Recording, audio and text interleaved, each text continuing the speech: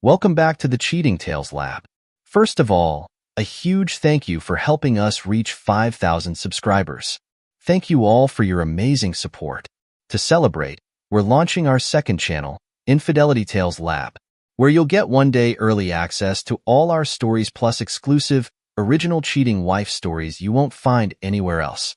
You can subscribe now by clicking the link in the description or the pinned comment, or simply search for Infidelity Tales Lab on YouTube. Don't miss out. Subscribe and listen to exclusive stories. You won't regret subscribing. Now let's begin the story. Jeffrey Anderson's Mercedes glided smoothly down the suburban streets of Rochester on a quiet Sunday afternoon. The structural engineer gripped the steering wheel with steady hands, proud of completing the Detroit project ahead of schedule. 20 years of dedication had earned him a reputation for excellence in his field. Every bridge, building, and foundation he designed stood as a testament to his unwavering commitment to perfection. At 45, Jeffrey embodied success earned through relentless determination. His tall, athletic frame spoke of pre-dawn workouts that kept him sharp and focused. Steel gray eyes that missed no detail had caught countless potential structural failures before they became catastrophes. The same attention to detail had helped him build what he thought was a perfect life for his family. The two-story colonial home came into view, its manicured lawn and pristine exterior reflecting the orderly life Jeffrey had constructed. His wife Annie's red BMW sat in the driveway alongside Michael's used Civic, a deliberate choice by Jeffrey to teach their eldest responsibility despite their comfortable means. The absence of the usual weekend sounds, Nathan's video game victories, or Emma's violin practice, struck him as unusual. He pulled his briefcase from the trunk, satisfaction coursing through him at the signed contracts inside. The Detroit shopping complex would add another successful project to his firm's portfolio. The prospect of surprising his family with his early return lifted his spirits after the long drive. The side door opened silently. Jeffrey believed in maintaining everything in his domain to the highest standard. No squeaking hinges or loose floorboards would ever compromise the integrity of his home. The house felt still, though he knew at least Annie and Michael were home. Voices drifted down from the second floor as he crossed the foyer. Jeffrey moved toward the stairs when Annie's words froze him mid-step. The paternity test came back. Annie's voice carried a tone of smug triumph that seemed alien coming from the woman he'd known for 18 years. None of the 3 kids are your dad's. Once he pays off your college fees, we'll tell him at your graduation. Then I'll take the house and his assets in divorce. The world crystallized into sharp focus. Jeffrey stood motionless, his mind processing the implications with the same analytical precision he applied to structural stress points. Mom, are you sure about this? Michael's voice wavered with uncertainty. He's always been there for us. Oh, please. Annie's laugh cut through the air like breaking glass. Jeffrey's been nothing but a convenient provider. So focused on his precious career. So proud of taking care of everyone. He never questioned why I spent so much time with Walter. Men like your father are easy to fool when they think they're in control. Jeffrey's mind raced back through the years. Walter Wiley, their family doctor, his supposed friend, the man who delivered all 3 children. Countless dinner parties, golf games, and family celebrations took on a sinister new light. But what about Emma and Nathan? Michael's question echoed Jeffrey's thoughts. They both look up to Dad so much. They'll adjust. Annie dismissed their younger children's feelings with casual cruelty. Walter's their real father anyway. We'll have more than enough money after the divorce settlement. Jeffrey's new contracts will fund quite a comfortable life for us. Walter says everything's set up perfectly, Annie continued, her voice thick with satisfaction. We've been planning this for years. Your father's so predictable. Always at work, always trusting, always playing the devoted family man. He's built us such a nice life to step into once we're rid of him. The conversation continued, each word revealing deeper layers of betrayal. Annie detailed years of deception, coordinated medical appointments that were covers for their meetings, careful manipulation of mutual friends, and systematic exploitation of Jeffrey's long work hours. Jeffrey remained still, absorbing every detail. The structural engineer in him recognized the elaborate framework of lies that had been constructed around him. Every business trip he'd taken to provide for his family had been an opportunity for their betrayal. Every late night at the office pushing to complete projects had given them time to strengthen their deception. Walter's taken care of everything at the medical practice. Annie's voice dripped with admiration for her lover's cunning. All the records support our story. Jeffrey won't be able to challenge anything once we reveal the truth. His reputation for being so straight-laced and proper will work against him. No one will believe he didn't know. The conversation shifted to their plans for after the revelation. Annie spoke of trips they'd take with Jeffrey's money, how they'd redecorate the house once it was hers, how their social circle would adjust to the new reality she and Walter had orchestrated. Jeffrey finally moved, his steps silent as he retreated to his study. The family photos lining the hallway showed scenes from a life he now understood was an elaborate production. Annie's wide smiles at family gatherings, Walter's casual arm around her at barbecues, the children's school events where both men had attended as father and family friend. Each image now revealed its hidden story. He sat at his desk, surrounded by the certificates and awards from his engineering career. His success, built on precision and careful analysis, had made him an attractive target. Annie and Walter had used his dedication against him, counting on his long hours and trusting nature to hide their affair. The irony struck him. The structural engineer who specialized in identifying hidden flaws had missed the fundamental instability in his own home. But unlike his professional projects, where he worked to prevent collapse, this structure of lies deserved to fall. That evening, Jeffrey maintained his normal routine with mechanical precision. He sat through dinner, watching Annie play her role of devoted wife. She asked about his trip, smiled at appropriate moments, and gave no indication that she'd spent the afternoon plotting the destruction of their marriage. The children carried on their usual evening activities. Michael worked on college applications, the weight of his mother's revelation evident in his slightly strained interactions. Emma practiced her violin, the melancholic notes taking on new meaning in light of the afternoon's discoveries. Nathan argued about his bedtime, his teenage defiance masking an innocence about to be shattered. Jeffrey observed them all with new clarity. He could see Walter's features reflected in their faces, details he dismissed over the years as coincidental similarities to Annie's side of the family. The knowledge didn't diminish his love for them, but it highlighted the calculated nature of the deception. Later that night, after the house had fallen silent, Jeffrey sat alone in his study. The structural engineer who'd built his career on ensuring things didn't fall apart now faced the ultimate integrity test. Annie and Walter had spent 18 years constructing their perfect deception. They believed their plan was flawless, their timing impeccable. But they'd made a critical miscalculation. They'd mistaken Jeffrey's dedication for weakness, his trust for blindness, his love for his family as a lever they could use against him. The man who'd earned his success by anticipating and preventing structural failures was now uniquely qualified to orchestrate one. The next morning, Jeffrey rose early as usual. He kissed Annie goodbye, accepted her practiced smile, and drove to his office.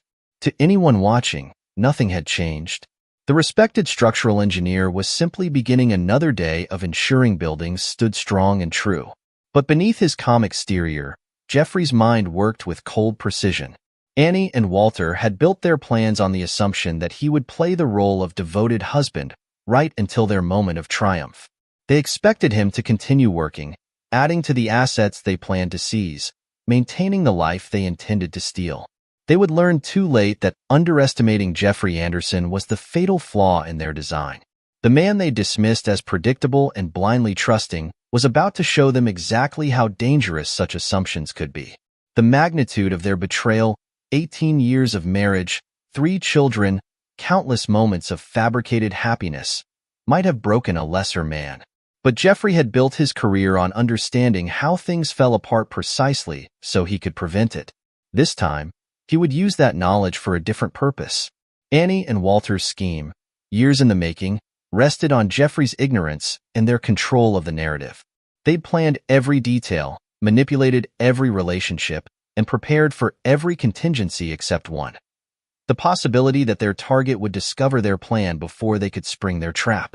That evening, Jeffrey watched Annie check her phone repeatedly, no doubt exchanging messages with Walter about their approaching victory. She had no idea that her careful plans were about to face a structural integrity test they couldn't possibly pass. The price of their betrayal would be calculated not in years of deception, but in the totality of their failure. Jeffrey Anderson, the man they judged too trusting and preoccupied with his work, was about to teach them the true cost of underestimating him. The methodical nature that made Jeffrey Anderson an exceptional structural engineer now drove his response to Annie's betrayal. For 2 weeks, he maintained an outward facade of normalcy while meticulously dismantling the elaborate deception his wife and Walter had constructed. His first step was accessing the family's financial records. Sitting in his home office late at night, Jeffrey discovered a pattern of transactions that confirmed the depth of their duplicity. Small amounts transferred from joint accounts over years had accumulated into a substantial hidden fund. "Quite clever, Annie," he muttered, examining the bank statements. "Death by 1,000 cuts."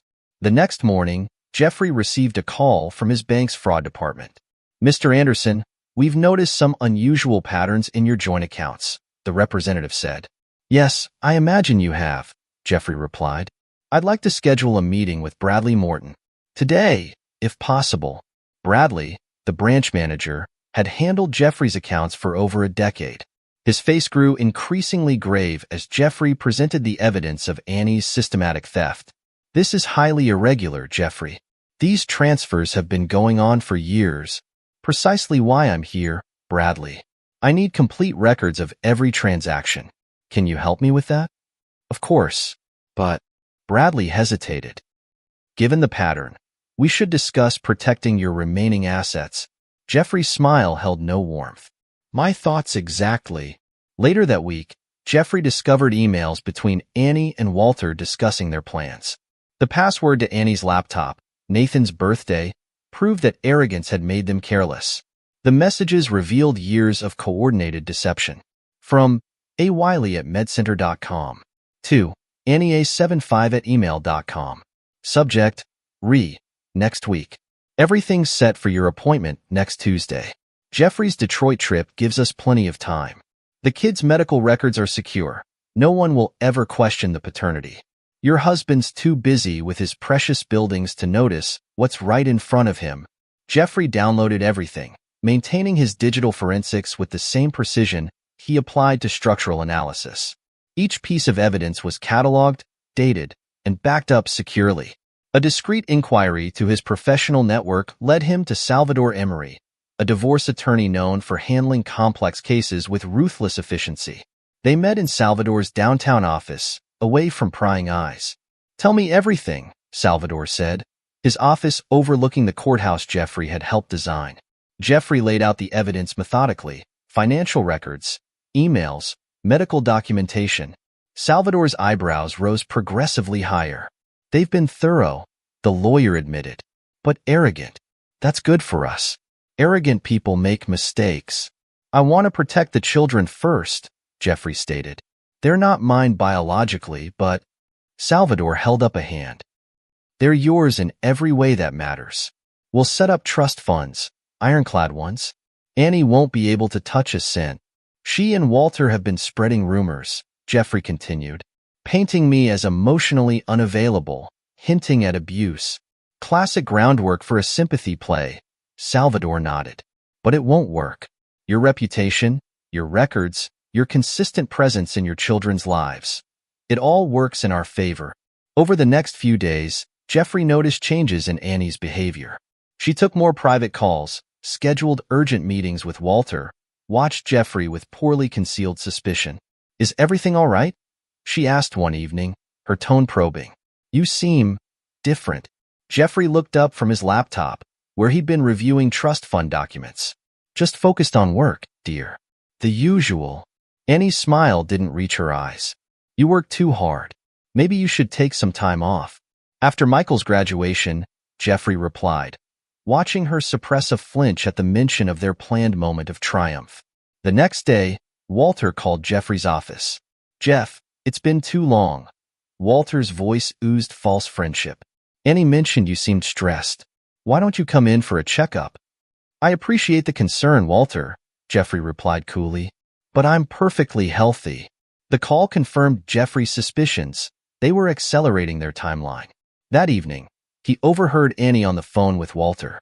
"He knows something's wrong," she hissed. "We need to move faster." "Calm down." Walter's voice came through clearly on Jeffrey's recording device. "We've planned this for years. He can't prove anything. But what if? Annie, trust me. I've taken care of everything. The medical records, the paternity tests, our story. It's all perfect. Jeffrey's too straight-laced to fight dirty. Once we file the abuse claim, that's necessary? It's insurance. No judge will give him joint custody after domestic crime allegations. The children will side with you. They always do in these cases. Plus, it explains why you needed so many medical checkups over the years." Jeffrey smiled grimly as he added the recording to his evidence file. Their overconfidence was becoming their undoing. The next week, Annie and Walter made their move. Jeffrey received notice of a domestic crime complaint filed with the police. The accusations were cleverly crafted. No physical abuse, just emotional manipulation and controlling behavior that would be hard to disprove. But Jeffrey was prepared. He presented the police with meticulous records of his whereabouts during every alleged incident, along with evidence of Annie's affair and their conspiracy. Detective Sarah Chun reviewed the documentation with growing amazement. "This is comprehensive, Mr. Anderson. I'm an engineer, detective. Documentation is second nature." "The abuse claims seem retaliatory," she noted, "especially given the timing and these recordings." When Annie discovered the abuse allegations had been dismissed, she made her next desperate move. Jeffrey received an urgent call from Bradley Morton. "She's trying to empty the joint accounts," the banker reported. "All of them? Let me guess. Transfer to an account we've been tracking?" "Exactly. But as discussed, the accounts are frozen," Jeffrey finished. "Thank you, Bradley." That evening, Annie's mask finally cracked. She stormed into Jeffrey's study, face flushed with rage. "What did you do?" she demanded. Jeffrey looked up calmly. "You'll have to be more specific." "The accounts. I can't access our money." "Our money," Jeffrey repeated thoughtfully. Interesting choice of words, given the separate account you've been filling for years. Annie's face went pale. "You." "Me," Jeffrey agreed. The husband too busy with his precious buildings to notice what's right in front of him. "Isn't that how Walter phrased it? You've been spying on me?" "No, Annie. I've been protecting myself." "There's a difference." She recovered quickly, her lips curving into a cruel smile. "It doesn't matter. Once everything comes out about the children." "You mean the paternity that Walter helped you hide? The medical records he falsified? The conspiracy you've both documented so helpfully in emails?" Annie took a step back. "You're bluffing. Engineer, remember? I deal in facts, not bluffs. The children will hate you when they learn the truth." "The truth?" Jeffrey's voice remained steady. "The truth is that I've loved them, supported them, and been there for them their entire lives. The truth is that you and Walter plan to use them as pawns in your scheme. The truth, Annie, is that you've underestimated me for the last time." She fled the study, already dialing Walter's number. Jeffrey returned to his work, adding this conversation to his growing documentation. Annie and Walter had spent years building their perfect plan, but they'd failed to account for one crucial factor. They'd chosen the wrong man to betray. Salvador called the next morning. "They're getting desperate. Walter tried to access some of your medical records at the hospital. Let me guess, records that might support their abuse claims?" "Exactly. But the hospital's internal audit caught it. His unauthorized access has been logged and reported."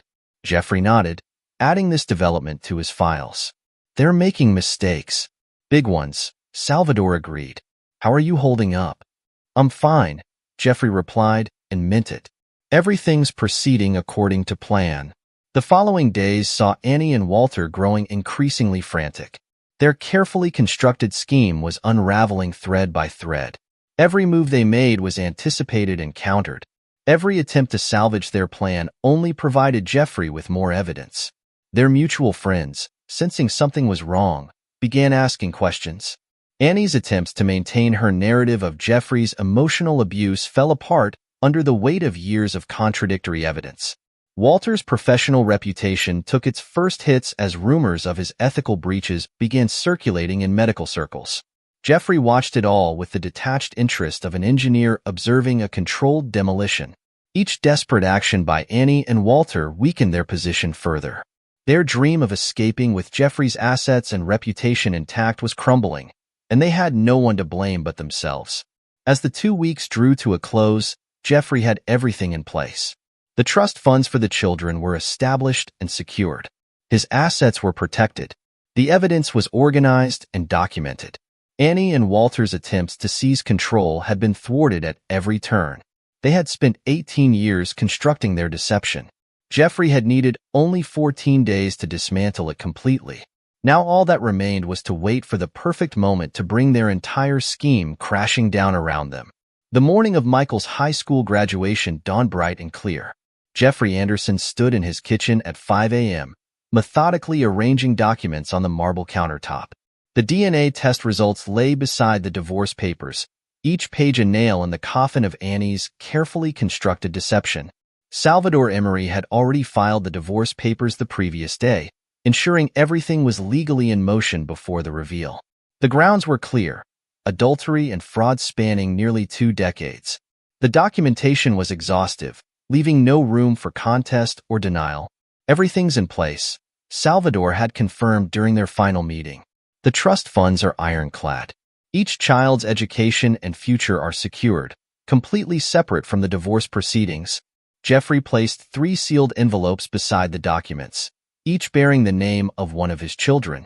The letters inside contained everything they needed to understand: bank statements showing Annie's systematic theft, email exchanges between her and Walter plotting their deception, medical records revealing Walter's manipulation of paternity information, and most importantly, Jeffrey's own words to each child. To Michael, he wrote about pride, not in academic achievements or athletic victories, but in the young man's growing sense of integrity. He included proof of the college trust fund, ensuring his eldest wouldn't have to compromise his future. Emma's letter acknowledged her passion for music and art, traits Annie had always dismissed as impractical. Jeffrey had established a separate fund for her artistic pursuits, ensuring she could follow her dreams without financial constraint. For Nathan, the youngest, Jeffrey included tickets to the gaming convention they'd planned to attend, paid for and transferable. His letter emphasized that family wasn't about DNA but about choice and love. The sound of movement upstairs signaled the beginning of the day's choreographed destruction. Jeffrey had already removed his essential belongings from the house, leaving behind the trappings of the life Annie had planned to steal. Annie entered the kitchen first, already dressed for the graduation ceremony in an expensive dress bought with Jeffrey's money. She froze at the sight of the documents on the counter. "What's this?" Her voice wavered despite her attempt at authority. "The truth," Jeffrey replied simply, pushing the DNA results forward. "Though I suspect you're already familiar with it." Annie's face drained of color as she scanned the papers. "These are fake." "You can't." "Fake? Like the past 18 years of our marriage? Like Walter's medical records? Like your love? You don't understand." Annie's voice took on the manipulative tone she perfected over years. "I did it for the children." "No," Jeffrey cut her off. "You did it for yourself. And now you can live with the consequences." Heavy footsteps on the stairs announced Michael's arrival. He entered the kitchen in his graduation robes, stopping short at the tension-filled scene. "Dad? Mom? What's going on?" "Your mother was just about to explain," Jeffrey said calmly. "About the paternity tests. About her plans for after your graduation. About Walter." Michael's face showed recognition. He'd carried the weight of his mother's revelation for weeks. Annie turned to him desperately. "Michael, honey, you don't understand. Your father is trying to—" "To what, Mom?" Michael's voice was hard. "To expose what you told me? About how none of us are his kids. About taking his money after graduation?" Emma and Nathan appeared in the doorway, drawn by the raised voices. Their expressions shifted from confusion to shock as they saw the documents spread across the counter. "There are letters for each of you," Jeffrey said, gesturing to the envelopes. "Everything is explained inside, along with proof. The choice of what to do with that information is yours." Annie lunged for the papers, but Jeffrey had anticipated this. Copies were already safely stored with Salvador, and digital versions were secured in multiple locations. You can't do this. Annie's composure cracked. Walter, and you have lost, Jeffrey stated flatly. The divorce papers are filed. Your secret accounts are frozen. The trust funds for the children are beyond your reach. Annie's phone buzzed. Walter, right on schedule. Jeffrey allowed himself a small smile as she answered. Walter? They know. He knows everything. She listened, her face contorting. What do you mean your privileges are suspended? How can they? The medical board? Jeffrey watched his children read their letters, their worlds shifting on their axes. Emma's hands trembled as she read about her mother's deception. Nathan's jaw clenched at the revelations about Walter. I've transferred ownership of my company's shares to a protected trust, Jeffrey announced, his voice carrying the same precision he used in engineering presentations. The house mortgage has been reassigned. Your credit cards will be deactivated by noon. You can't just leave us with nothing. Annie shrieked. Nothing? Jeffrey's voice was ice. Like what you planned for me. At least I've ensured the children are provided for. That's more than you and Walter intended to do with my assets. The doorbell rang. Salvador Emery, right on time. Annie's face showed the first traces of fear as the lawyer entered, carrying additional documentation. Mrs. Anderson, Salvador said formally, I have some papers requiring your immediate attention. What followed was a systematic dismantling of Annie's carefully constructed future. Salvador detailed the legal consequences of her actions, the fraud, the financial theft, the conspiracy with Walter. Each point was supported by irrefutable evidence. Jeffrey watched Annie's desperate attempts to salvage control, to twist the narrative, to paint herself as the victim. But the documentation was too thorough, the evidence too damning. The children need me, she tried. A last desperate plea. No, Mom, Michael spoke, his voice firm. We needed the truth. Dad gave us that, along with a choice. Emma and Nathan stood with their brother, their unity a silent testimony to Jeffrey's years of genuine parenting versus Annie's manipulation. I'll be leaving now, Jeffrey announced. The letters explain everything else you need to know. The trust funds are active, your educations and futures are secure. He turned to Annie. Goodbye, Annie. Walter's probably waiting for your call. Though I suspect his support might be somewhat diminished now that your plans have fallen apart. As Jeffrey walked out of the house for the last time, he heard Annie's phone ring again. Her conversation with Walter confirmed everything. Their perfect plan was in ruins, their reputations shattered, their futures uncertain. The aftermath unfolded exactly as Jeffrey had orchestrated. Annie and Walter's attempts to contest the divorce failed against the mountain of evidence. Their mutual friends, presented with proof of their decades-long deception, turned away in disgust. Walter's medical license came under intense scrutiny when his falsification of medical records came to light. His privileged position, used to help hide his affair and manipulate paternity records, became the instrument of his downfall. Jeffrey didn't stay to watch the collapse. He had planned a complete departure. New city, new opportunities, new life. His revenge wasn't in destroying Annie and Walter's plans. It was in rising above their betrayal while ensuring they faced the consequences of their choices. The graduation ceremony proceeded as scheduled, though with a very different outcome than Annie had planned. Instead of being her moment of triumph, it became the public beginning of her downfall. Later that day, Salvador called to confirm the final details. Everything's proceeding as planned. Annie's attempts to access the accounts have been blocked. Walter's lawyer is already trying to negotiate. No negotiations, Jeffrey replied firmly. They chose their path. Now they can walk it. The trust funds he'd established would ensure his children's futures remain secure. The letters he'd left would ensure they understood the truth. His departure would ensure Annie and Walter faced the full impact of their actions without him there to blame or manipulate. News spread quickly through their social circle. Annie's careful narrative of Jeffrey's emotional distance crumbled in the face of evidence showing her long-term deception. Walter's professional reputation, built over decades, collapsed under the weight of his ethical violations. Jeffrey's final act was to send an email to their mutual friends, attaching key pieces of evidence that exposed the full scope of Annie and Walter's betrayal. He didn't need to embellish or explain. The facts spoke for themselves. As his plane took off that evening, Jeffrey reflected on the precision of his response to their betrayal. Annie and Walter had spent 18 years constructing their deception, planning to take everything he'd built. Instead, they would spend years facing the consequences of their choices, while the children they'd used as pawns would have the freedom to choose their own paths. The structural engineer who'd built his career on ensuring things stood strong had orchestrated the perfect controlled demolition of his marriage, ensuring that only the guilty parties would be caught in the collapse. 4 years passed like blueprints through Jeffrey Anderson's hands, precise, measured, each detail in its place. Seattle had proven the perfect location to rebuild his life. The city's perpetual rain and soaring skyscrapers matched his methodical nature, and his reputation as a structural engineer had only grown stronger. His corner office at Wilson and Anderson Engineering overlooked the city he'd helped reshape. 3 major projects bore his signature: a revolutionary earthquake-resistant hospital, a sustainable corporate headquarters, and a bridge that local newspapers called a work of art. The morning Michael found him, Jeffrey was reviewing plans for his newest project. His secretary's voice came through the intercom. "Mr. Anderson, there's a young man here to see you. He says his name is Michael." Jeffrey's hand stilled over the blueprints. He'd known this day might come. He'd left enough breadcrumbs in his carefully crafted exit for his children to follow if they chose to. "Send him in, Claire."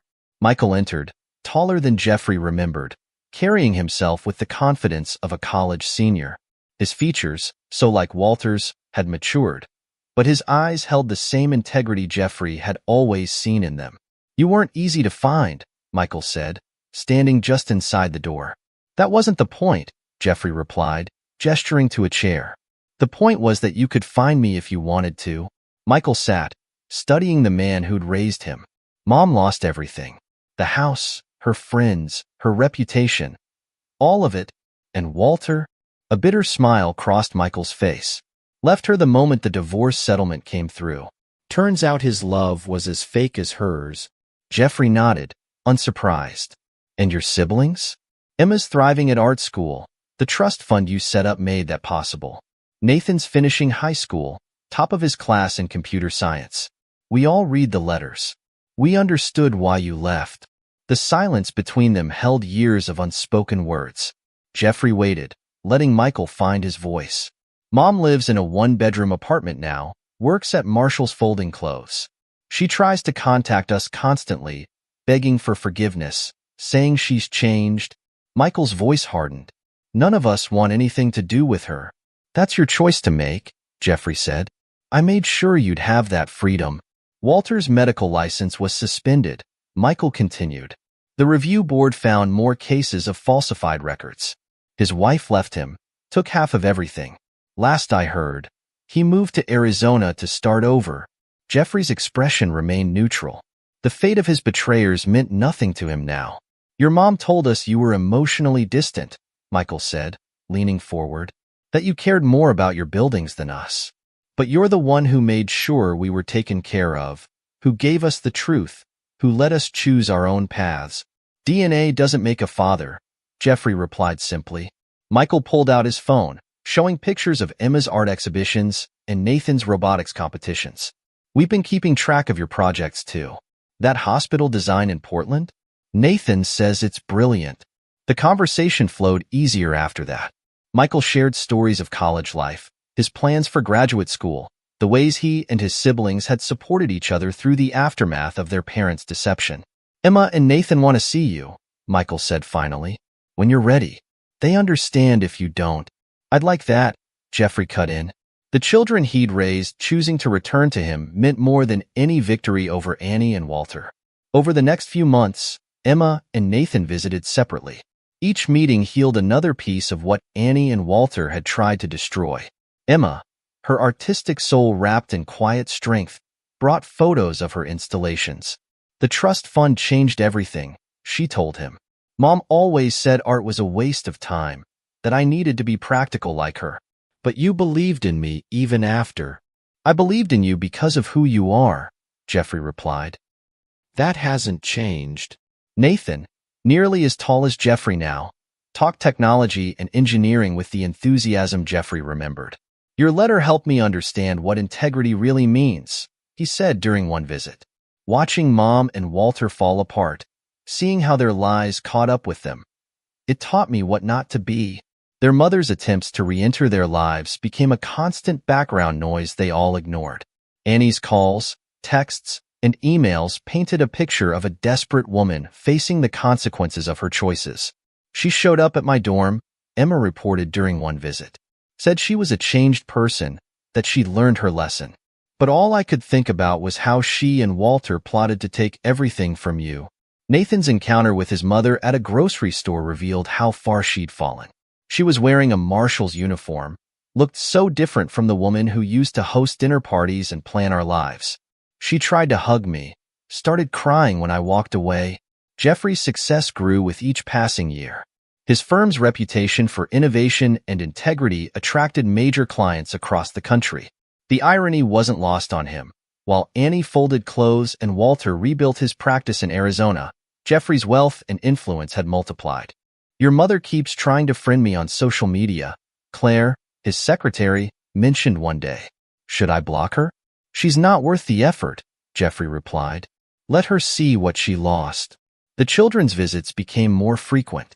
Family dinners at Jeffrey's penthouse apartment replaced the forced gatherings of their past. They built new traditions, stronger for being chosen rather than obligated.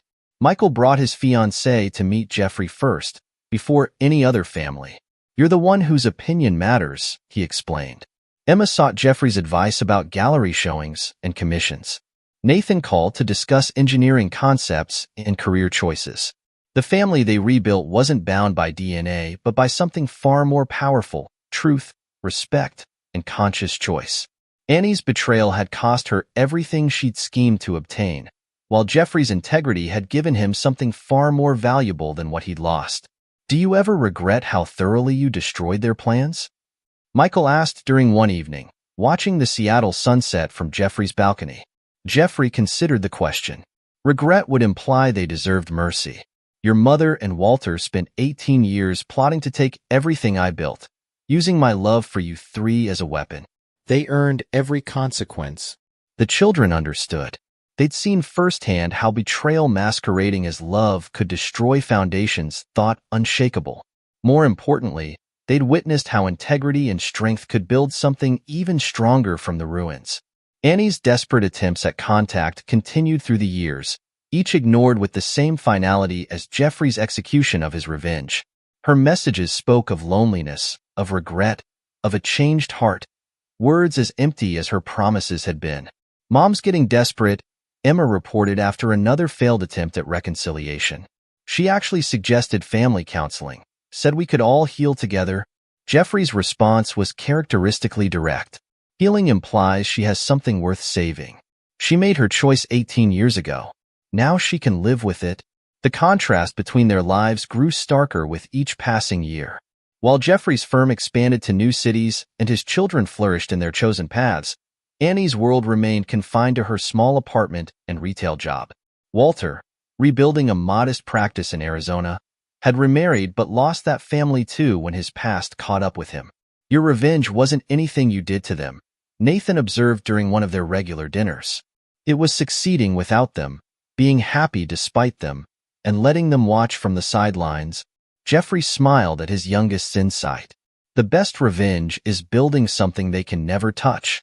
As the years passed, Jeffrey's definition of success evolved. It wasn't measured in the buildings he designed or the wealth he accumulated, but in the family that chose to return to him.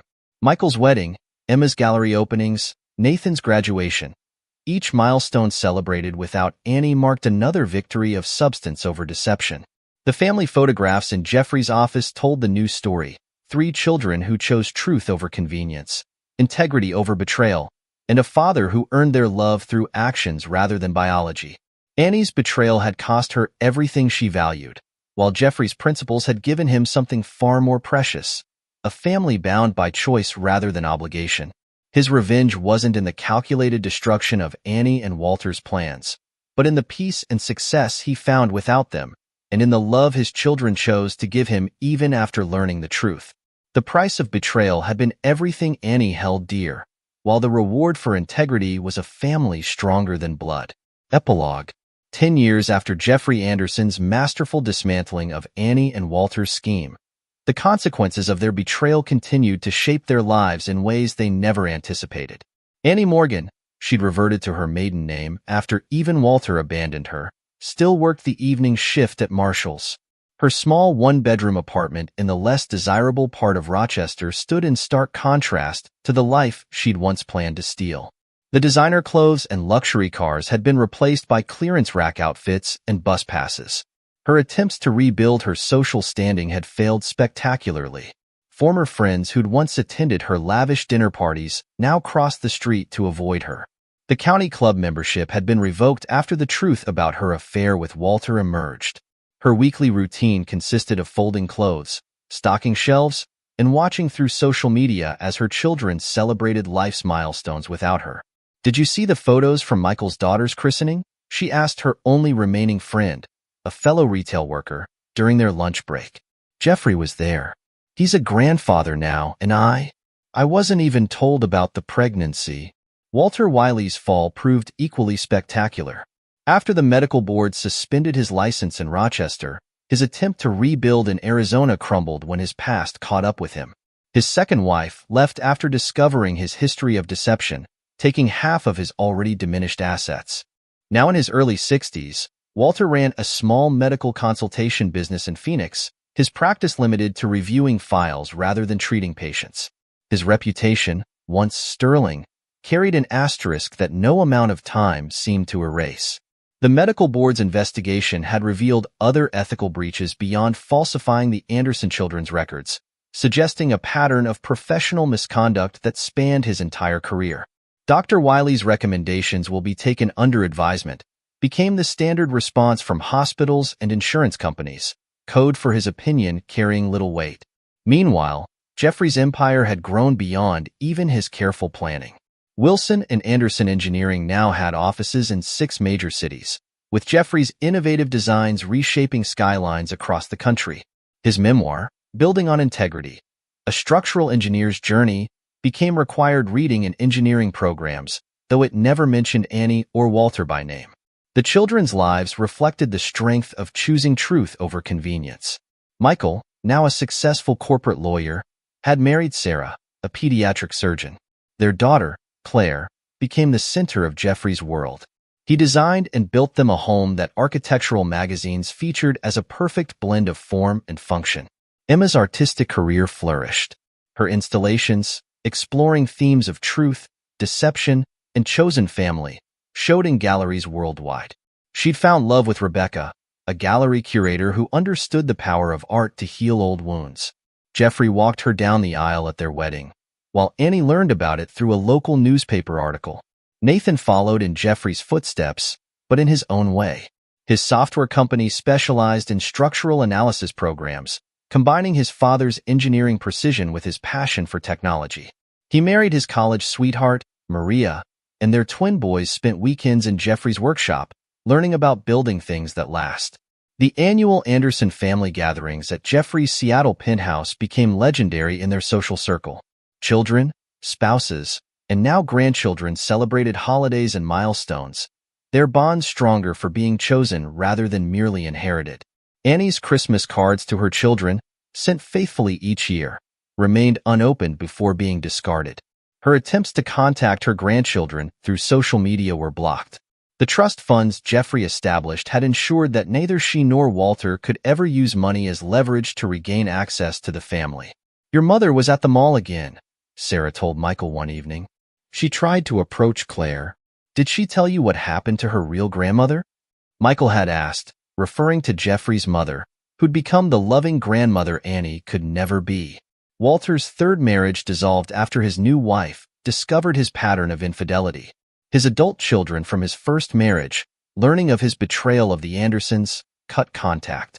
His medical consultation business barely covered his alimony payments, and his attempts to publish in medical journals were met with polite rejections. Karma, as Emma observed during one family dinner, doesn't need help when truth does its work. The mutual friends who'd initially believed Annie's lies about Jeffrey's emotional distance now sought his advice on business and personal matters. His reputation for integrity and strategic thinking had only grown stronger with time. Several had invested in his firm, their faith rewarded by his consistent success. Jeffrey's relationship with his children deepened with each passing year. He became the confidant they turned to for major life decisions, the grandfather who never missed a recital or game, the father who showed them that character trumped biology. The family photographs in his office told the story of triumph over betrayal. Michael's law school graduation, Emma's first solo show, Nathan's company launch. Each image captured a moment of success built on the foundation of truth Jeffrey had laid. Annie watched this happiness from the periphery of social media and local news coverage. Her small apartment's walls held photos of the children from before the revelation, frozen in time like her dreams of the life she tried to steal. Walter, reduced to consulting from a home office in Phoenix, sometimes Googled his former medical practice, now a thriving clinic under new ownership. His medical license remained permanently restricted, his name a cautionary tale in ethics seminars. Neighborhood children still pointed out Annie at the Marshall store, whispering about the woman who lost everything because of her lies. She'd aged beyond her years, the stress of her downfall etched into her face. The designer anti-aging creams had been replaced by drugstore brands, her salon visits by home dye kits. Jeffrey, in contrast, had grown distinguished with age. His success attracted attention from younger women, but he remained focused on his family and work. His reputation as one of the nation's premier structural engineers was matched only by his standing as a devoted father and grandfather. "How do you feel about Mom now?" Nathan asked during one family gathering, watching his twins play with their cousins. "I don't," Jeffrey replied simply. "She's not worth the energy of feeling anything." The price of betrayal had been complete. Annie and Walter had lost not just their material comforts and social standing, but the very things they tried to steal: family, respect, and peace. Their punishment wasn't in any single action Jeffrey had taken, but in the daily reminder of all they'd thrown away. The legacy of their betrayal served as a reminder that true family transcended biology, that integrity outlasted deception, and that the most devastating revenge was living well in plain sight of those who tried to destroy you. Jeffrey Anderson's greatest victory wasn't in the buildings he designed or the wealth he accumulated, but in the family that chose him, the respect he maintained, and the peace he found in knowing that justice sometimes worked exactly as designed. For Annie Morgan and Walter Wiley, the real punishment wasn't in losing their material possessions or social status, but in watching from the sidelines as the family they tried to destroy thrived without them, bound together by something stronger than the lies they'd thought would never be discovered. The price of betrayal, it turned out, was paid not just in lost assets and opportunities, but in the daily recognition that some choices carried consequences that no amount of time could erase. This is where our story comes to an end. Share your thoughts in the comment section. Thanks for your time. If you enjoy the story, please subscribe to this channel. Click on the video you see on the screen, and I will see you there.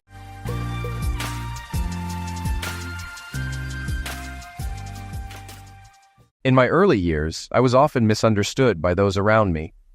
Growing up with Asperger's syndrome in a world where social norms seemed second nature to others made daily interactions challenging.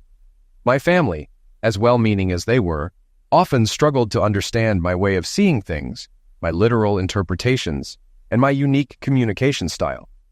From a young age, I found comfort in structure and routines, preferring the order of numbers and facts over the abstract flow of social cues. This difference shaped much of my childhood and education. Teachers noticed my tendency to focus on specific details, while peers labeled me the odd one out for my unique perspective. Over time, however, I developed a talent for analysis and problem-solving, skills that would later be invaluable in my personal and professional life. As I navigated my journey, I found inspiration in book and film characters who, like me, were unique, recognizing myself in their stories of overcoming obstacles. Remember the critically acclaimed film Rain Man? Dustin Hoffman won an Academy Award for his portrayal of Raymond Babbitt, an autistic character with extraordinary skills. Although I'm not as affected, I live with Asperger's syndrome. For the most part, I blend in, though with my own quirks. Unlike many, I struggle to read unspoken social cues, where others might notice subtle hints, like someone checking their watch to end a conversation. I miss those signals. My world is defined by logic, directness, and an adherence to structure, making social situations especially complex. You know, people with Asperger's, we're computer nerds, rocket scientists, quirky programmers. Think of Sheldon from The Big Bang Theory. I'm precise. As a CNN commentator once wrote, we usually show little expression in our faces or voices. I can't look you in the eyes. I've learned to look at people's mouths or noses. I can't hold a casual conversation for long, but I can give you a lecture on topics like U.S. atomic bomb tests, Pittsburgh steelworkers, Doberman puppies, or medieval society. We excel in school because we follow rules, which makes us good employees if given specific tasks and goals. But overall, we don't make the best managers. Why a whole week off for a funeral? It's just one day, I once told a boss. Maybe your boss wasn't difficult, just an Aspie. My parents passed away when I was young, and I was a constant source of surprise and confusion to my grandparents. They had raised 6 children, none of whom spent as much time in the principal's office as I did, mostly due to the questions I raised in class. I'd ask, if this is anti-bullying week, what was last week? Or, in case of fire, why line up from shortest to tallest? Do tall people burn slower? And why is Black History Month in February the shortest month? Though I was an excellent student and even received a scholarship, my grandfather often muttered, "There's something not right with this boy." I never dated in high school. Unfamiliar with the mind games and mental tricks girls used on teenage boys, I read everything. My grandfather, a practical military man, hired a courtesan for my 18th birthday. I was thrilled, and like any teenager, I arranged regular visits with her when I could afford it. No good deed goes unpunished. This led to my first big novel. I was filling my gas tank near the shopping center before starting my Meals on Wheels route for seniors. Not because I'm a good person, but as part of my scholarship requirement, and I chose it to avoid other employees. Once I started, I found people fascinating. These seniors had survived the Great Depression, fought in wars, and built our country into an economic powerhouse. I loved hearing their stories. From bootlegging to storming Normandy to union struggles, they were my living history books. They loved to share stories with anyone who would listen. One day, as I paid for gas, a young girl ran past, chased by 2 guys, a big one and a smaller one, a Mutt and Jeff pair. They circled my car several times, which was still parked at the pump. Suddenly, the girl jumped into my car and locked the doors. Mutt and Jeff banged on the hood and roof, yelling at her. The store clerk was calling emergency when I walked over. "Hey, you two," I said to the men who were still yelling at the trapped girl, denting my car. "Back away from my car." The smaller man, whom I mentally called Mutt, looked at me. "This your car?" he asked authoritatively. When I didn't answer, Mutt continued. "Open it, idiot, so we can get this girl." "Not a chance," I replied. "We'll wait for the police. They're already on the way. I need a report for insurance. Plus, you both owe me for the damage. This was my grandmother's car, and she kept it pristine. I washed it every Saturday at 5 p.m. with premium mother's wax." "Shut up, idiot," Jeff snapped, adding, "The cops are already here, so unlock this junk." I looked at Mutt and Jeff. They had no uniforms, no visible badges. "Could I see some ID or a badge, please?" Mutt stepped closer. "We don't have time for this," he muttered to Jeff, then grabbed my arm, trying to twist it painfully. Here's where I need to add a little context. Children with Asperger's syndrome are frequently bullied since our physical coordination often develops later, making us the last pick for any team in PE class. Combine that with an inability to respond effectively to teasing and sarcasm, and, well, you get the picture. To counter this, I was enrolled in martial arts early on to improve my coordination, build confidence, and learn to handle bullies.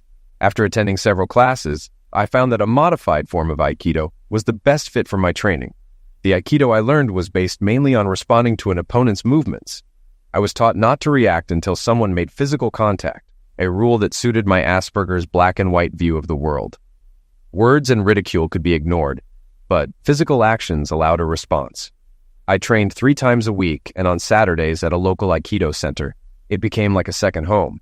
Fast forward to the present, and Mutt's face showed shock as I countered his arm grab with a move I'd practiced countless times in Aikido class. Dropping to one knee, I spun under his arm, using my weight and his momentum to flip Mutt over my shoulder, leaving him gasping for air.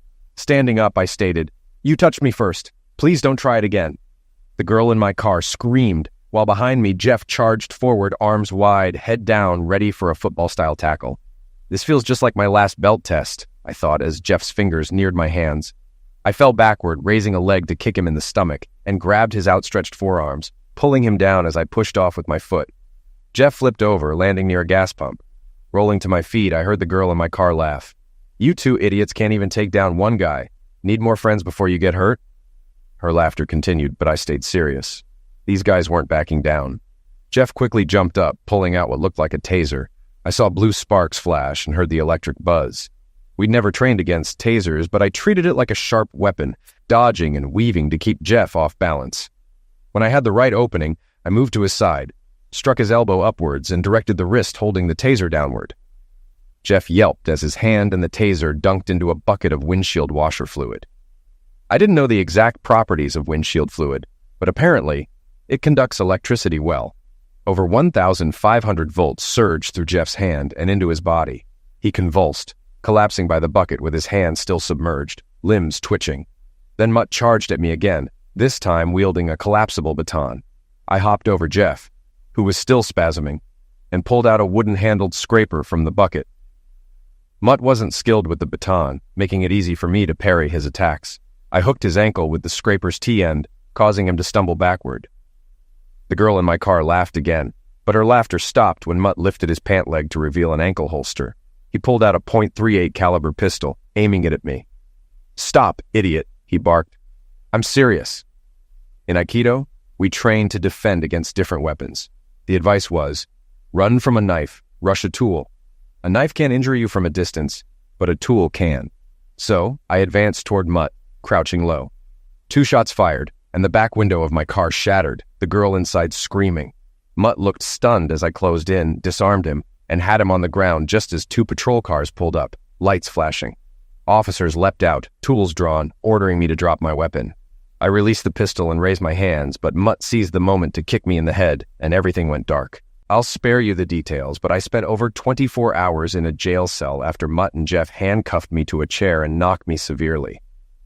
It wasn't like in the movies. They didn't let me make a phone call or tell me you have the right to remain silent, as you see in police shows. I think Mutt and Jeff were actual cops, because they were the ones who knocked me while I was cuffed to the chair. After that, the other prisoners left me alone. Apparently knocking 2 cops earns respect. On the second day, the jailers, who had been indifferent until then, suddenly grew uneasy. Some tried to emphasize they had treated me the same as any other suspect and had no part in what happened earlier. "Anthony," a jailer called, opening the cell door. "Come with me, please." Crossing the threshold, I was surprised to see the girl from my car waiting with an older, distinguished-looking man. The jailer fidgeted as he led me to them. "Here he is, Judge. Your Honor, he's in fine condition. We've kept him safe, just as I said." The judge ignored the jailer and grabbed my chin, turning my head to examine the bruises on my face, lingering on the ugly mark on my cheek from Jeff's repeated hits with a phone book. The girl began taking photos with her phone. "Yes, I'd say he looks very good," she said. "How many of you did it take?" She looked at the bruises on my wrists from the handcuffs. "You must be proud of knocking up a handcuffed man. The Fuhrer would be impressed." The judge waved off both her and the jailer. "That's enough." Then he turned to me and said, "Come on, son, let's get to work on taking these guys down." With that, the judge turned and walked out, and the girl and I followed him. We sat outside the police commissioner's office, watching men in suits move in and out, carrying papers and forms. I hadn't seen the judge since he'd gone in. "Would you like something to drink?" the administrative assistant asked. "Yes, watermelon juice," I replied. "Watermelon juice?" she repeated, surprised. "You said anything," I reminded her.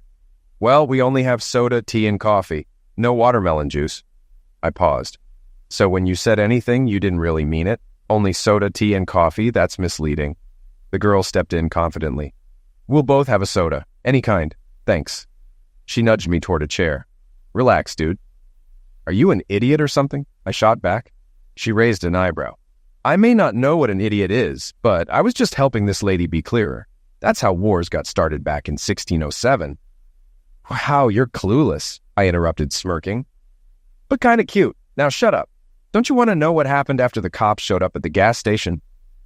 "I assume you're going to tell me," she replied, unfazed. "Isn't that why you're here at the police station?" She rolled her eyes, then extended a hand. "Anyway, I'm Dawn." I pointed to her ID sticker. "But Your badge says New Dawn. Technically, yes, she sighed. My parents were into crystal energy, so they named me New Dawn. But you can just call me Dawn. Fine. Can I call you Tony? Sure, if you want, but I probably won't answer since my name's Anthony, I replied. Dawn chuckled. Okay, Anthony. Look, those two goons were after me because they thought I was shoplifting. Were you actually stealing? Dawn gave me an innocent look. Yeah, maybe. She shrugged. It's not like a massive store like that would go broke over a few items.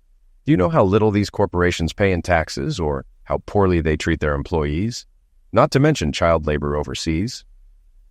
What does that have to do with you stealing? I asked.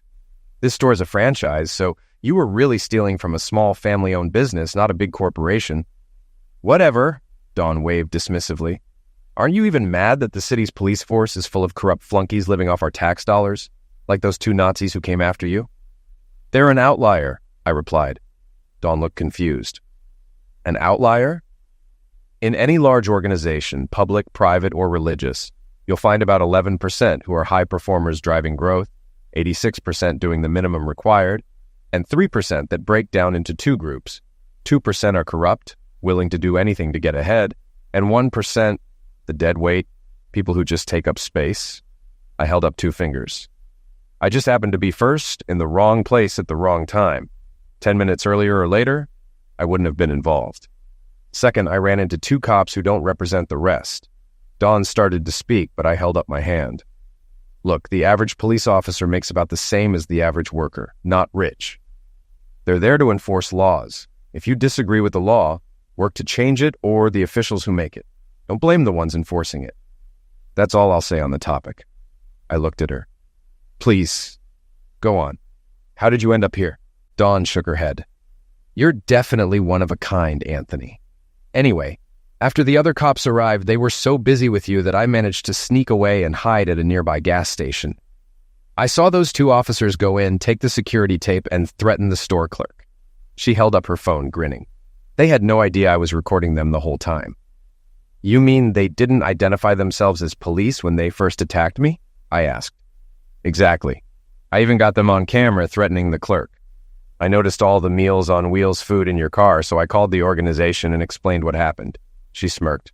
Told them to send lawyers, tools, and money, just like the song. She glanced at the commissioner's door. Did you know the judge is on the Meals on Wheels board? I nodded. Yes, he's also the district's chief judge and the state's majority political leader. He spoke at my high school graduation. Dawn's eyes widened. Well, that explains a lot. Once I called, state patrol cars showed up. They took your car and brought me to the judge's office. He was furious when he saw the footage from my phone. It was like a royal court. People showed up in the middle of the night, some even in tuxedos. Then he called in more top officials, all to get you out. Dawn gently touched the bruise on my cheek. Those two cops planned to lose you in the system, delay the paperwork until your bruises healed. Then it would be their word against yours. Not to mention the false charges they'd filed. Resisting arrest, attack, possession of pills, the whole 9 yards. They even planted meth in your car. At that moment, the commissioner's assistant reappeared and motioned to me. Anthony, His Honor will see you now.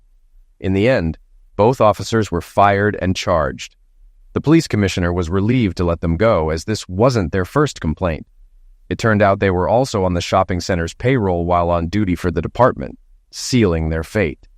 Other officers received reprimands, but the judge, commissioner, and district attorney all expressed their thanks to me. I was surprised they couldn't see that the other officers were just acting on what Mutt and Jeff had told them.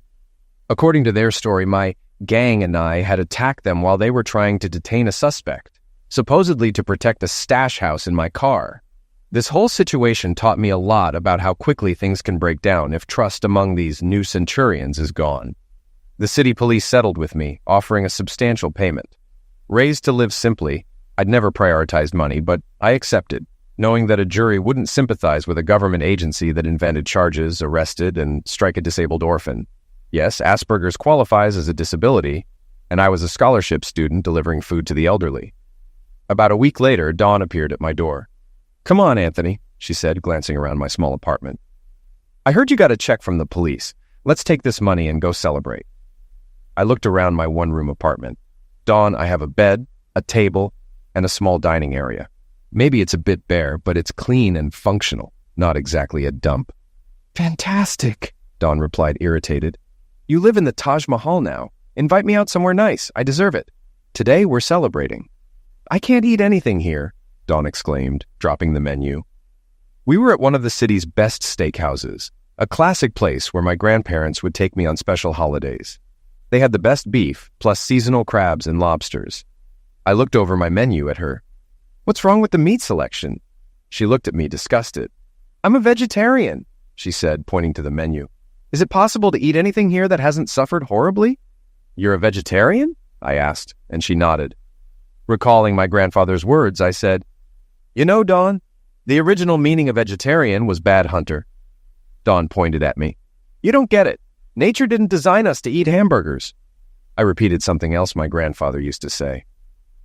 If nature didn't want us eating hamburgers, why did it make cows so easy to catch? I've never heard of anyone eating cheetah burgers. Dawn looked annoyed. Humans were never meant to eat meat. Our prehistoric ancestors ate almost entirely wild grains, fruits, and vegetables. I gave her a puzzled look. But you're not living in prehistoric times. If you were, you'd already be dead. The average lifespan of a cave woman was less than 20 years, with men living about 5 years longer. She waved me off. No one seems to understand that our ancient ancestors succeeded in hunting only 10% of the time. Hunting was risky. You could break a bone, sprain an ankle, or get injured, which meant a quick end of life without medical help. Without greens and tubers, they'd starve. Dawn, you're afraid of spiders, and I can't picture you eating termites. She grimaced. Anthony, that's disgusting. Clasping my hands, I continued. Cave people got most of their protein from insects. Termites were 38% protein, and one species in Venezuela, Sintermes aculeosus, is 64% protein. Termites are also rich in iron, calcium, and essential fatty acids. Dawn shook her head, waving the menu. People need to return to natural basics, not this industrial farming mess. Setting down my menu, I said, So we shouldn't use penicillin or antibiotics, perform surgeries without anesthetics, go back to when childbirth was the leading cause of end of life for women? No, Dawn said, but we should be more self-sufficient. She gestured to the other diners. I just worry about what everyone eats. I tried to understand her point, but she seemed so firm. Dawn, being worried about what others eat is like getting angry at someone eating a donut while you're on a diet. Dawn laughed, tossed the menu aside, and said, I'll get a salad, but dessert's on me. At your place? Sure, I said, flipping through the menu to show her pictures of desserts. Today's dessert is homemade key lime pie with whipped cream. Can't think of anything better. Okay, fine, she said, smirking. Your dessert idea might just knock key lime pie.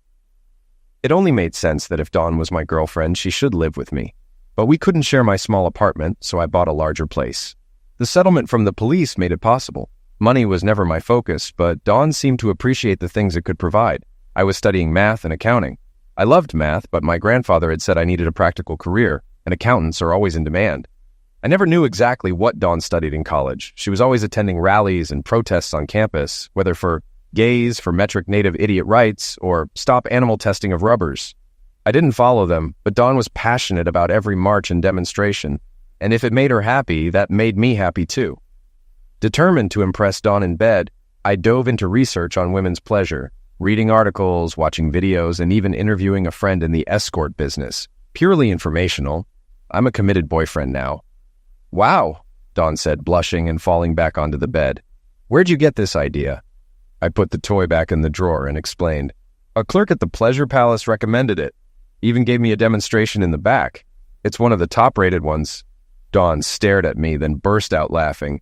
You're probably the only guy who'd honestly call watching strangers' pleasure research. And I actually believe you. Dawn got pregnant, which threw me off. Not because of the baby itself, but because it disrupted my idea of an ideal relationship path. Dating, living together, marriage, then kids. It took 2 weeks to convince her, but she finally agreed, and we headed to the courthouse. That year was incredible for me. Dawn became my wife, and our daughter was born.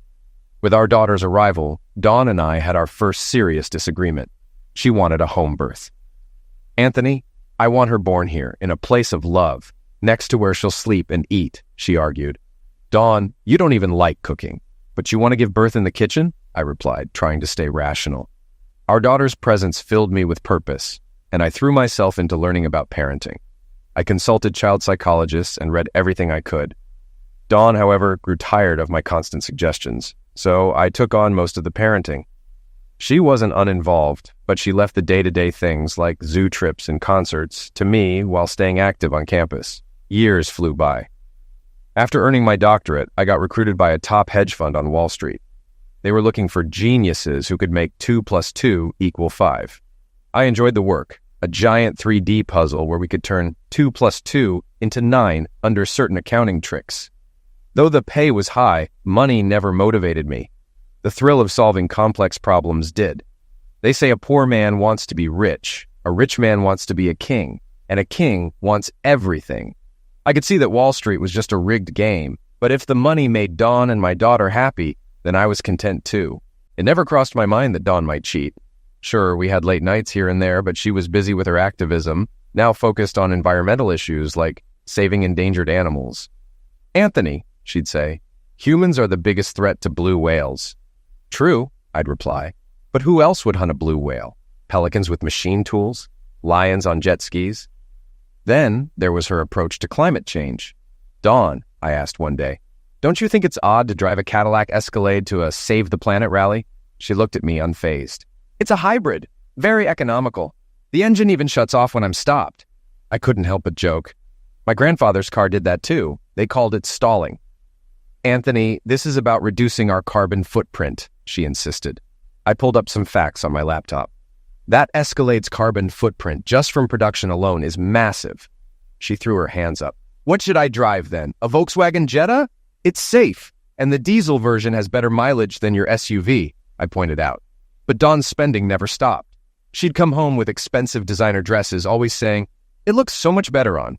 I thought, on fire, but kept it to myself. When our son was born, I was thrilled. He and his sister were both overjoyed. But then the housing bubble burst, and Dawn's lifestyle took a hit.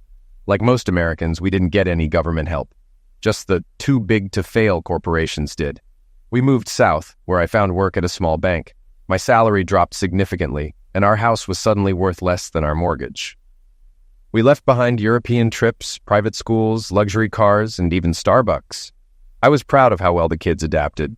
My daughter loved public school, and my son enjoyed having a big yard. Life at the small bank was easier, and the people were kind. But it was clear Dawn was unhappy. I hadn't realized how unhappy she was until I found her in our bedroom, packing a suitcase, 8 months after we'd moved. "Dawn," I said, trying to keep my tone light, "looks like you're going on a trip. I can't get a week off until I've worked a full year at the bank." Without pausing, Dawn pulled out another suitcase. "I'm heading to Manhattan to support the Occupy Wall Street protest." I blinked. "Dawn, we can't just leave right now. It's the middle of the school year, and I've just finished probation at work. Plus, we're tight on money." She kept folding clothes, unfazed. "I don't care. Occupy Wall Street needs me. I'll only be gone a few weeks." "But we need you here," I countered, desperation creeping into my voice. "What about the kids?" Dawn shot me a dismissive look. "Don't be such a child, Anthony. Our daughter can handle herself after school, and Janet from the bank has a nanny who can watch both her child and our son until you're home." "Dawn, you're not a soldier, and Occupy Wall Street isn't a war," I argued, trying to appeal to reason. She waved me off. "Anthony, they need me. It's my calling." I took a deep breath, trying a different tack. "Dawn, you're not going to lead a crowd. Studies show that group identity just activates pleasure centers, making people stop thinking critically." She snapped her suitcase shut, her expression hardening. "Stop arguing, Anthony. You won't win this." I met her gaze, my voice low. "Any spouse can win if they're willing to go far enough. That's called divorce." Her face softened, surprised. "We're not going to be part of the 50% that end in divorce." "Maybe not," I replied quietly. "But the other 50% end until death do us part." Dawn glanced down at the suitcase, hesitating. "Your car's tires won't even make it to New York. I was planning to replace them next paycheck," I pointed out. She shook her head, lifting her bags. "I'm not taking the car. I found a ride with someone I met online." I looked at her, incredulous. "And how exactly will you pay him? We barely have enough as it is." She shrugged. "We'll work something out." I sat there, speechless. I didn't even hear her leave. She didn't kiss the kids goodbye. When they asked, I told them she was at a rally up north, not sure when she'd be back. Soon the media picked up the story of a banker's wife joining Occupy Wall Street, dubbing her Aku Mama. Even in our small town, it stirred things up. "Dad," my son asked, "what's how? Son, how is a garden tool like a rake? I answered, keeping it simple. My son looked confused. Then why are kids at school saying mom's a garden rake? My daughter came in. They mean hoe, like a promiscuous. My son looked to me. Dad, what's a hoe? And why are they calling mom that? Your mom's not a promiscuous, and that's a bad word, I said, sending him outside to play. After my son left, my daughter sat down, visibly upset. Dad, you have to do something about mom. She's ruining my reputation at school. Do you even know what people are saying about us? She asked, frustration written on her face. I placed a hand on her shoulder. Sweetheart, we can't control what people say. And honestly, most people probably aren't even thinking about us. Dad, she said, her voice heavy with teenage exasperation, aren't you even a little bothered that mom is living with some random guy in a tent? It's all over the internet. If it bothers you, just stay offline, I suggested. She shook her head. It's not that easy. My friends keep sending me links, and it's gross. You have to do something. I leaned in, pressing a kiss to her forehead. I'll take care of it, honey. After days of leaving messages, I finally reached Dawn. Anthony, I'm sorry for not calling sooner, she said, sounding harried. It's been chaos here. Dawn, save the apologies. You didn't even call back. I had to reach out. You don't understand what's happening here, Anthony, she replied defensively. Then maybe stop telling everyone about it, I said. Most people either don't care or are just relieved it's not their problem, she sighed. You really don't get it. There are thousands of us here, regular folks, even celebrities. Are there any other mothers who left their families to be there? I asked pointedly. Stop being so dramatic, she shot back. You act like toilet paper and aluminum foil mean more to me than my family. Dawn, toilet paper matters to a lot of people. And how are we your priority when you're living in a tent with some other guy? She let out an exasperated breath. Don't be ridiculous, Anthony. We're just sharing a tent. It's not like we're sleeping together. Really? I said, unable to keep the sarcasm out of my voice, because his blog post titled Occupying the OccuMilf Cape suggests otherwise. Anthony, you actually believe everything you read online? He's just exaggerating, she protested. Dawn, I said, struggling to stay calm, when he describes the mole on your inner thigh in detail, it's hard to believe he's making it up. You need to come home. She paused, then conceded. Fine, I'll consider marriage counseling. But I'm not going to listen to some Bible-thumping counselor telling me to obey you and stay home. Dawn, I never asked for that. Just come home. I can't leave right now. This is too important. I checked my watch, my patience wearing thin. There's a midnight bus ticket waiting for you. If you're not on it, I'll be filing for divorce. Anthony, I'm a crucial part of this movement, she protested. Dawn, I replied coolly, don't confuse running in circles with progress. Be on the bus. Predictably, Dawn didn't get on the bus. A week later, she called, furious. Anthony, how could you file for divorce? And those photos in the paperwork? What if the kids saw them? I kept my voice steady. Now you're worried about the kids? They're the ones who showed me the photos. Your tent mate posted them online, and our daughter heard about it at school. I just printed them out. She softened a little. Look, Anthony, I'm sorry. I got caught up in the moment. How long was that moment? Dawn? I sent you 7 photos with dates from 7 different nights. There was a pause before she said, all right, maybe sleeping with him wasn't the smartest decision, but it was just one guy. I let out a disbelieving laugh. And what does the number of partners have to do with anything? Through the static of background noise, she continued, put this in perspective, Anthony. Is my little affair worth losing everything? This doesn't have to be an execution for our marriage. People go through these things. It could even make us stronger. Dawn, I replied, my patience gone. That logic makes as much sense as Yogi Berra saying, if you don't go to other people's funerals, they won't come to yours. I switched the phone to my other ear as she continued. Listen, I have a guy here with me whose father owns one of the biggest law firms in the state. He said if you keep pushing this divorce nonsense, you'll get sued. Then I heard a man's voice on the line. Hello? Can you hear me, Anthony? Yes, I hear you, I replied. Listen, buddy, you're handling this all wrong, he said. I work for a big law firm, and every day I see guys like you chewed up and spat out by the courts. If I represent your wife, you're done for. Do you even know who my father is? It was a bizarre conversation, but I responded, sorry, man, I have no clue who your father is. Didn't your mother tell you? What? Hissed the voice on the line. I kept my tone calm. Maybe your mom had a lot of partners, and that's why it's hard to know. I don't know you, but I could try to help.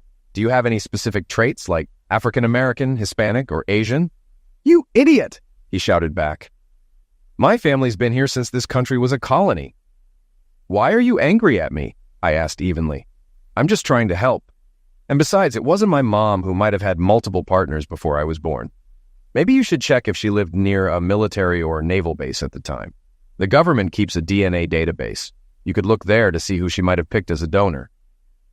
I'm going to wipe the courthouse floor with you, he exploded. And then I heard a shuffling sound as Dawn must have taken the phone from him. Anthony, are you still there? She asked, her voice more restrained. Yes, Dawn, I'm here. Are you sure this is the guy you want representing you in our divorce? He seems pretty unstable, maybe because he doesn't know who his father is. Forget him, Anthony, and forget the divorce. Every couple has a slip-up at some point. Everyone does it. Nobody cares anymore.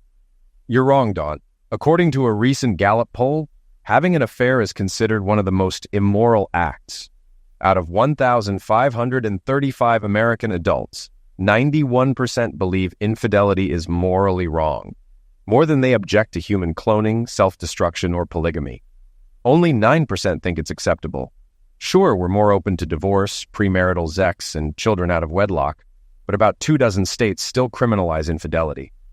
Damn you, Anthony. Divorce is not an option, she snapped. Dawn, there are no right answers to wrong questions, I replied calmly. She spat back. Fine, Anthony. Want to bet? I'll ruin you for this. Remember, whoever came with a knife will die by the knife. I blinked, baffled. What does cutlery have to do with our divorce, Dawn? A stream of curse words came through the line before it went dead. In the end, Dawn cleaned me out during the divorce, and her lawyer truly wiped the floor with me. Apparently, our state is one of the few with lifelong alimony.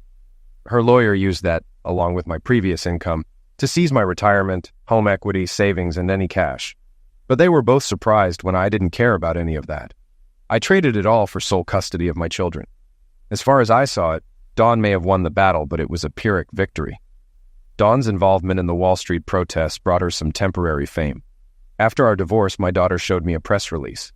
Dawn had secured a book deal with a possible film adaptation. Her advance was substantial, which explained why she didn't push for alimony, though it didn't explain why she drained my accounts and pleaded poverty about child support. Dawn's fame quickly turned into small-town resentment toward me. I hadn't expected my colleagues or the town to react the way they did. Janet, the single mom and bank teller I shared a nanny with, explained it. You might not see it, Anthony, but there's still a lot of old-school machismo here from both men and women. Janet, what did they expect me to do? Touch my ex-wife? That's just not who I am. Janet patted my shoulder. I get it. None of this is your fault. Your ex, Dawn, isn't exactly stable. Honestly, with all the therapists, meds, and self-help, I bet 1/4 of women in this country are on some kind of mental health treatment. I thought about it. Wow, Janet, that means 75% of women are walking around with untreated mental illness. For some reason, Janet smacked my shoulder hard, muttering something about how we're all alike. Rubbing my shoulder, I continued, I really don't care what people think, except, what does my personal life have to do with my job? We're in a bank, Anthony. People want to feel confident about where they keep their money and who they work with. Some folks think if you can't keep your own family together, how can you manage their finances? Maybe Janet had a point, but it didn't matter to me. My job was just a means to support my family. But as a result, several clients refused to work with me, and my manager bluntly told me that they didn't want weak people affecting business. So even though I was qualified, I was surprised when the bank manager came to my small office one day before closing. Tomorrow, you're in charge, he said. This is your responsibility. These are your employees. They're your responsibility. He looked up before closing the folder in his hand. Try not to let any of them leave or let you down. The next morning, an elderly guard let me in. I greeted my team as they arrived, and after a quick check around, I stepped into the men's room. When I came back out, I was stunned. 2 men in ski masks were in the lobby, with my employees lined up against the wall. Some were visibly shaking, and one woman had a large stain on her pants. One of the men held a tool to the head of the elderly guard. The other, holding what looked like an explosive device, yelled, "Are you the damn manager?" "Yes, I'm acting manager this morning," I replied, trying to recall the procedures for a robbery. "I assume you're here to take bank funds. Otherwise, you'll need to come back during regular hours when our full-time manager is here." The man grabbed me by my tie, yanking me toward him, shaking the bomb in my face. "Are you some kind of comedian?" he spat, tightening the tie and shoving me to the floor. Slowly, I got up, loosening the tie that had pinned me down. I hated wearing ties. They originated in Croatia in the Middle Ages, worn by men to show loyalty to their king. Why we still wore them now was beyond me. The robber yanked Janet out of the cashier line, wrapping an arm around her waist and holding the bomb close to her head. It looked like a grenade, though I couldn't tell if it was real or a fake. "Manager Ahold," he shouted. "Are you listening? Give me all the money in the bank right now or I'll blow her head off." "Of course," I said, gesturing toward the storage room. "We haven't transferred the cash from storage yet, so it's all still there." "Then let's go," he ordered, pushing Janet forward. She stumbled, falling to the floor as he directed me to the back of the bank. We all ended up in the vault, just behind the safes, in a closed room with a barred door. The toolman left with a paper bag full of cash, while the bomber stayed at the vault door, blocking our exit. I could hear my employees' quiet sobs behind me. Once the first robber was clear, the bomber lifted the grenade with a smirk, then tossed it into the storage room. "Bye, suckers," he sneered before running off. I'd heard people say that time slows down in moments like this, but I'd never believed it. Time is constant. It doesn't speed up or slow down. Yet despite Einstein's theory, I experienced time dilation firsthand. In slow motion, the grenade rolled toward Janet's feet. I heard a cashier scream and saw another employee faint, falling slowly to the ground. "This is your responsibility. These are your employees. You are responsible for them." Those words flashed through my mind as I dropped to my knees and lunged for the grenade, shoving Janet aside. I felt like I was moving through syrup, my hands appearing enormous like baseball mitts as I finally grabbed the grenade. I sprinted toward the vault exit, feeling as if I were running through quicksand. After what seemed like an eternity, I reached the door and kicked it open, pulling it shut behind me. I knew that the century-old, cold-rolled steel vault door would protect everyone inside from the blast. Unfortunately, the door to the deposit room was shut, blocking my escape route. I noticed the display safe we used for demonstrations sitting open on the counter. Quickly, I shoved the grenade into the display safe and slammed it shut. Holding it with my left hand, I turned and wedged it into the open space in the wall among the bank's other safes. Suddenly, the world erupted into a blinding white light, and I was flung backward over the counter. When my vision cleared, a ringing filled my ears. Like thousands of bees were swarming around me. I realized I must be sitting on the ground because I saw Janet kneeling in front of me. Her lips moved, but I couldn't hear anything. She reached out, loosened my tie, and wrapped it around my left arm. Looking up, I noticed a jagged hole where I'd placed the grenade. More employees gathered around, though I still couldn't hear them. I tried to stand, but my body felt like it weighed a ton. Janet gestured for me to stay down. Then she began unbuttoning her blouse. I briefly admired her firm C-cup chest in a white bra before she wrapped the blouse around my head. Her perfume filled my nose, a welcome change from the dust. I was trying to place the scent when I drifted into unconsciousness. When I woke, I realized I was in a hospital bed. My left arm and leg were both heavily bandaged. A man in a white coat stood beside me, jotting notes on a chart. "Welcome back, Rambo," he greeted me casually without even looking up. "I pulled a lot of fragments from your face and scalp, but it'll heal fine," he grinned. "Everything should be back to normal. Besides, chicks dig scars." He pointed his pen at me. "You also lost a couple of fingers and a thumb. The good news is the thumb's root was intact, so I reattached it. With rehab, you should regain about 80 to 85% mobility in that arm." He looked me over. "But I doubt you'll be playing the piano at Carnegie Hall." Confused, I replied, "Doc, I've never even played the piano, let alone at Carnegie Hall." He just shook his head. "Someone used your tie to stop the bleeding. Quick thinking, probably saved your life." With that, he hung my chart on the wall and walked out. I sensed movement on the other side of the bed and turned to see the bank manager standing there. "Anthony, you're one crazy son of a tool," he said, shaking his head. "I'd never have guessed you had it in you. The security footage caught the whole thing. It's like something out of a Bruce Willis movie." Running a hand over his thinning hair, he continued, "We're all really proud of you, and, well, sorry about the way things went down before. What with the divorce and all." After an awkward pause, he clapped his hands. "Of course, you're not the only one we're proud of." He pointed behind him and I saw Janet sitting nearby. The bank manager went on. "Janet slipped a couple of dye packs into the robber's bag. They didn't notice, and when the packs went off, Dye covered them and their windshield. They lost control and crashed right into Creme Time Donut Shop. He chuckled. Almost every cop in the county was there, and they were promptly arrested. I'd tried to smile, but my face wouldn't cooperate. The manager looked over at Janet. "Janet, I have to get back to the grind. You'll keep an eye on Anthony, won't you?" Grabbing my shoulder, he added, "Take as much time as you need, Anthony. We've got you covered. We're all proud of you." After he left, Janet moved closer with a half smile. "Your kids are with mine and the nanny. Don't worry, they're having a blast, enjoying the fame of being the children of a local hero." She closed the door and came back to my bed, her half smile turning into a grin.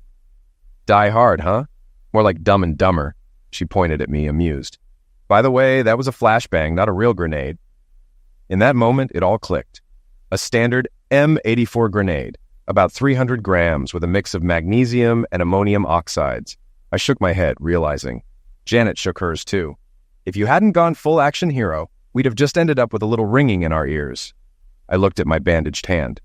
"True," I said softly. Putting it in the safe deposit box turned a harmless flashbang into an actual threat.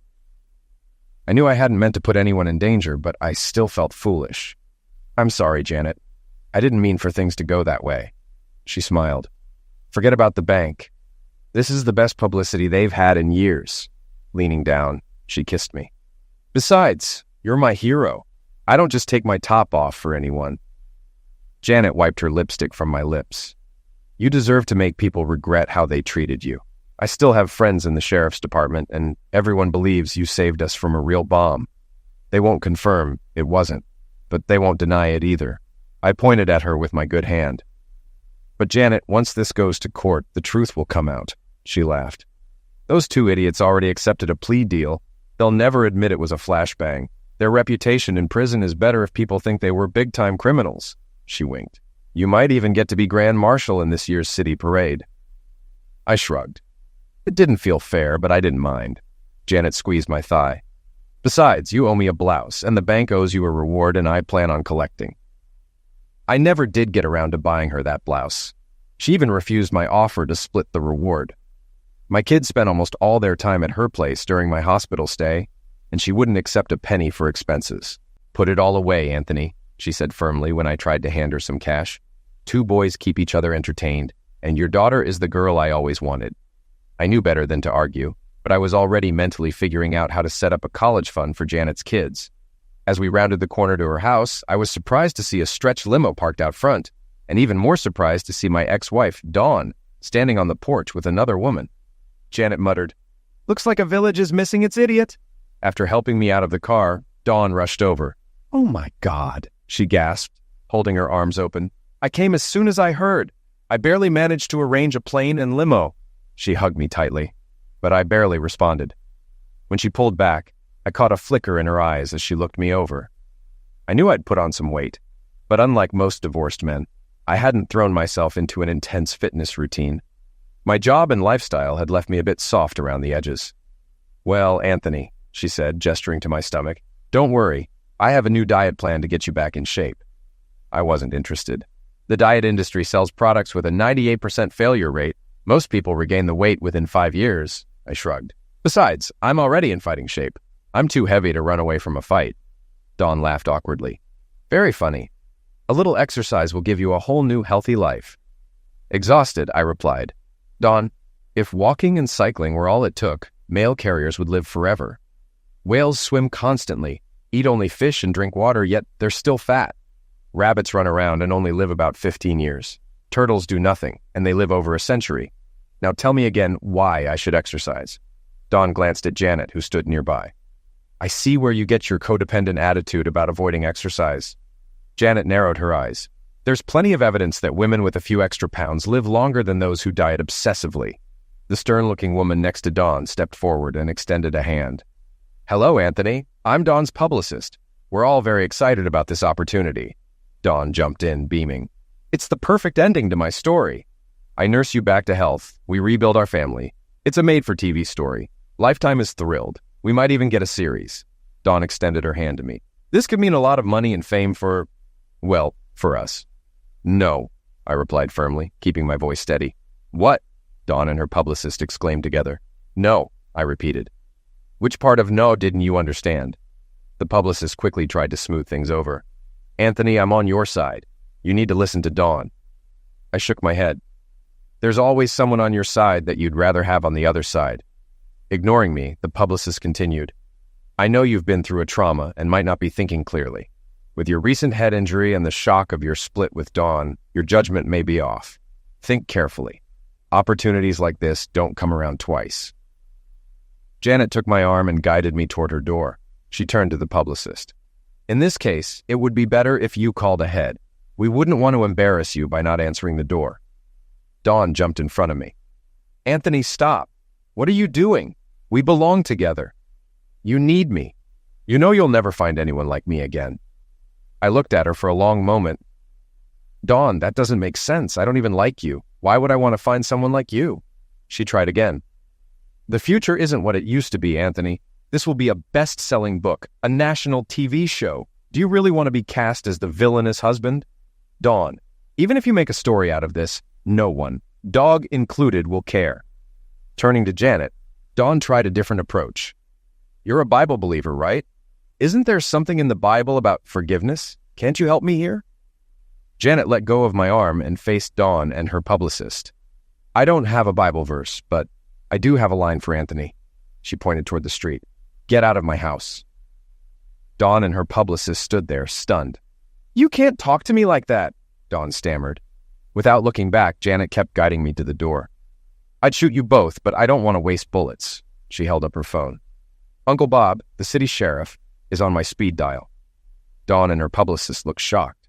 Janet continued, I have a loaded rifle, 3 acres of land, and a shovel. Don't mess with me or anyone I care about. Dawn's book quickly ended up in the clearance bin, and her movie bombed even worse. Her fame faded fast, though she still visited the kids occasionally, whenever it fit her schedule. Dawn's career could be tracked by the vehicles she arrived in.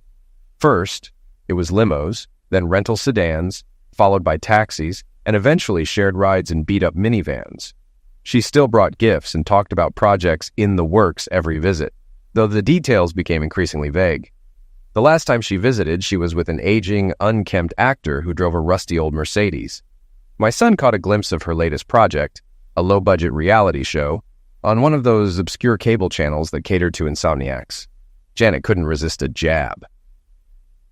Looks like Dawn has a case of Vapidus luccatus, she quipped. What's that? I asked, genuinely curious. Janet grinned. It's a condition where people chase fame without real accomplishments. They end up on obscure cable channels, staying obscure, and sometimes appear in ads for reverse mortgages. The kids found it hilarious, though I wasn't sure Vapidus luccatus was real. Still, Janet's dry humor brought us all a good laugh. Over time, Janet and I grew closer. I was pleasantly surprised to meet her brother and discover he was also on the spectrum, which explained her understanding and patience. Eventually, we began dating. It felt like the natural next step. We had a lot in common, and merging our families allowed us to live comfortably. My kids adored Janet, and so did I. One day, I was even asked to ride on the main float in the town's Founders' Day parade. Reflecting on everything, I realized an important truth. People often think you need money to be rich, but true wealth isn't about money. It's about who you have in your life, not what you own. Reflecting on those years, I find myself grateful for the unexpected twists that defined my life. From a rocky childhood of misunderstood intentions to a series of intense, often surreal encounters, each challenge brought its own lessons. In my earlier years, I had always felt separate, as if I were navigating a world that rarely fit my understanding. Yet through each encounter, from confrontations in the bank to standoffs in personal relationships, I've come to appreciate the strength and resilience that come with living authentically, Asperger's quirks and all. After the chaos, there was Janet. Her steady presence grounded me, bringing warmth and acceptance I never anticipated. The calm after the storm, she reminded me that genuine connections are possible, even for someone like me who has always viewed the world a bit differently. We shared more than laughs. She understood my struggles and saw beyond my straightforward, literal responses, connecting with the deeper, compassionate side I rarely allowed others to see. Her patience and humor didn't just brighten my life. They became a lifeline as I rebuilt. The kids, too, became a source of pride and purpose. Watching them thrive reminded me of the value in every little moment, the subtle joys often overlooked. We built a routine in a new town, where life felt simpler, more genuine. With each passing day, I saw my role as their father not merely as a duty, but as a privilege, an opportunity to help them find the balance between logic and emotion, between stability and spontaneity, that took me decades to uncover. Now, life is far from perfect, but it is richer than I ever imagined. I find joy in the everyday, small conversations, family dinners, even the occasional parade float in a town that has come to see me as one of its own. Money and fame, once tempting goals, have little appeal.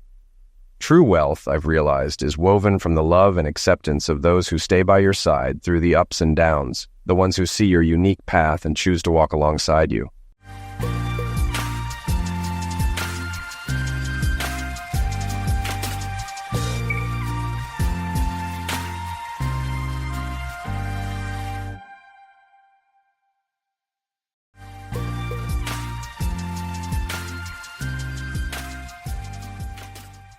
John and I tied the knot 22 years ago in the small church in our hometown.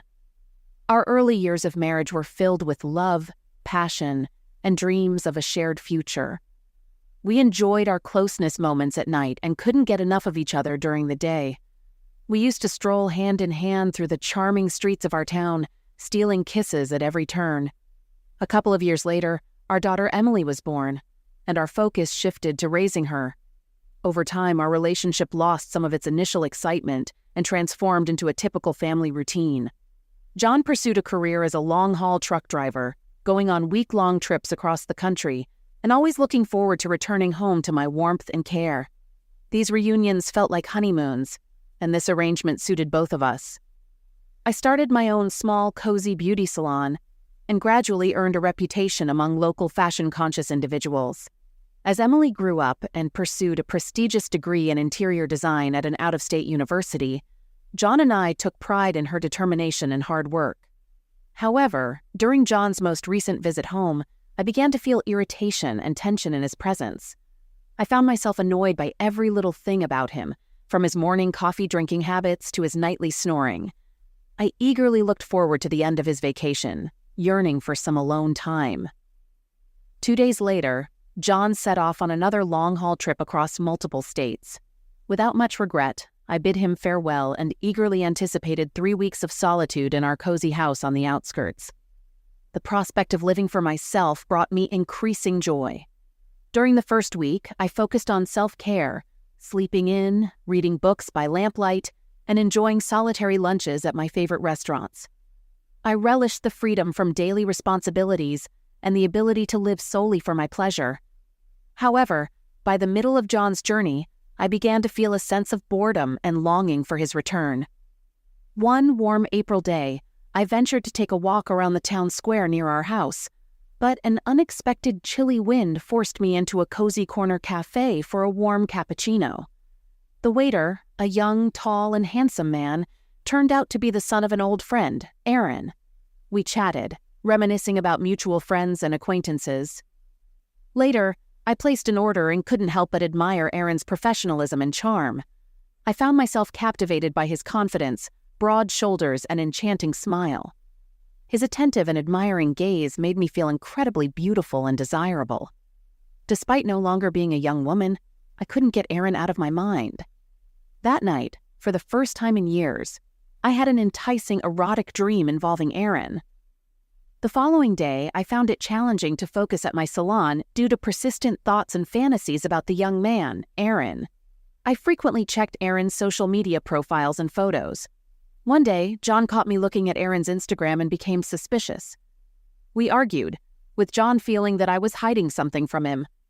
Even on his last trip, John left without a proper goodbye.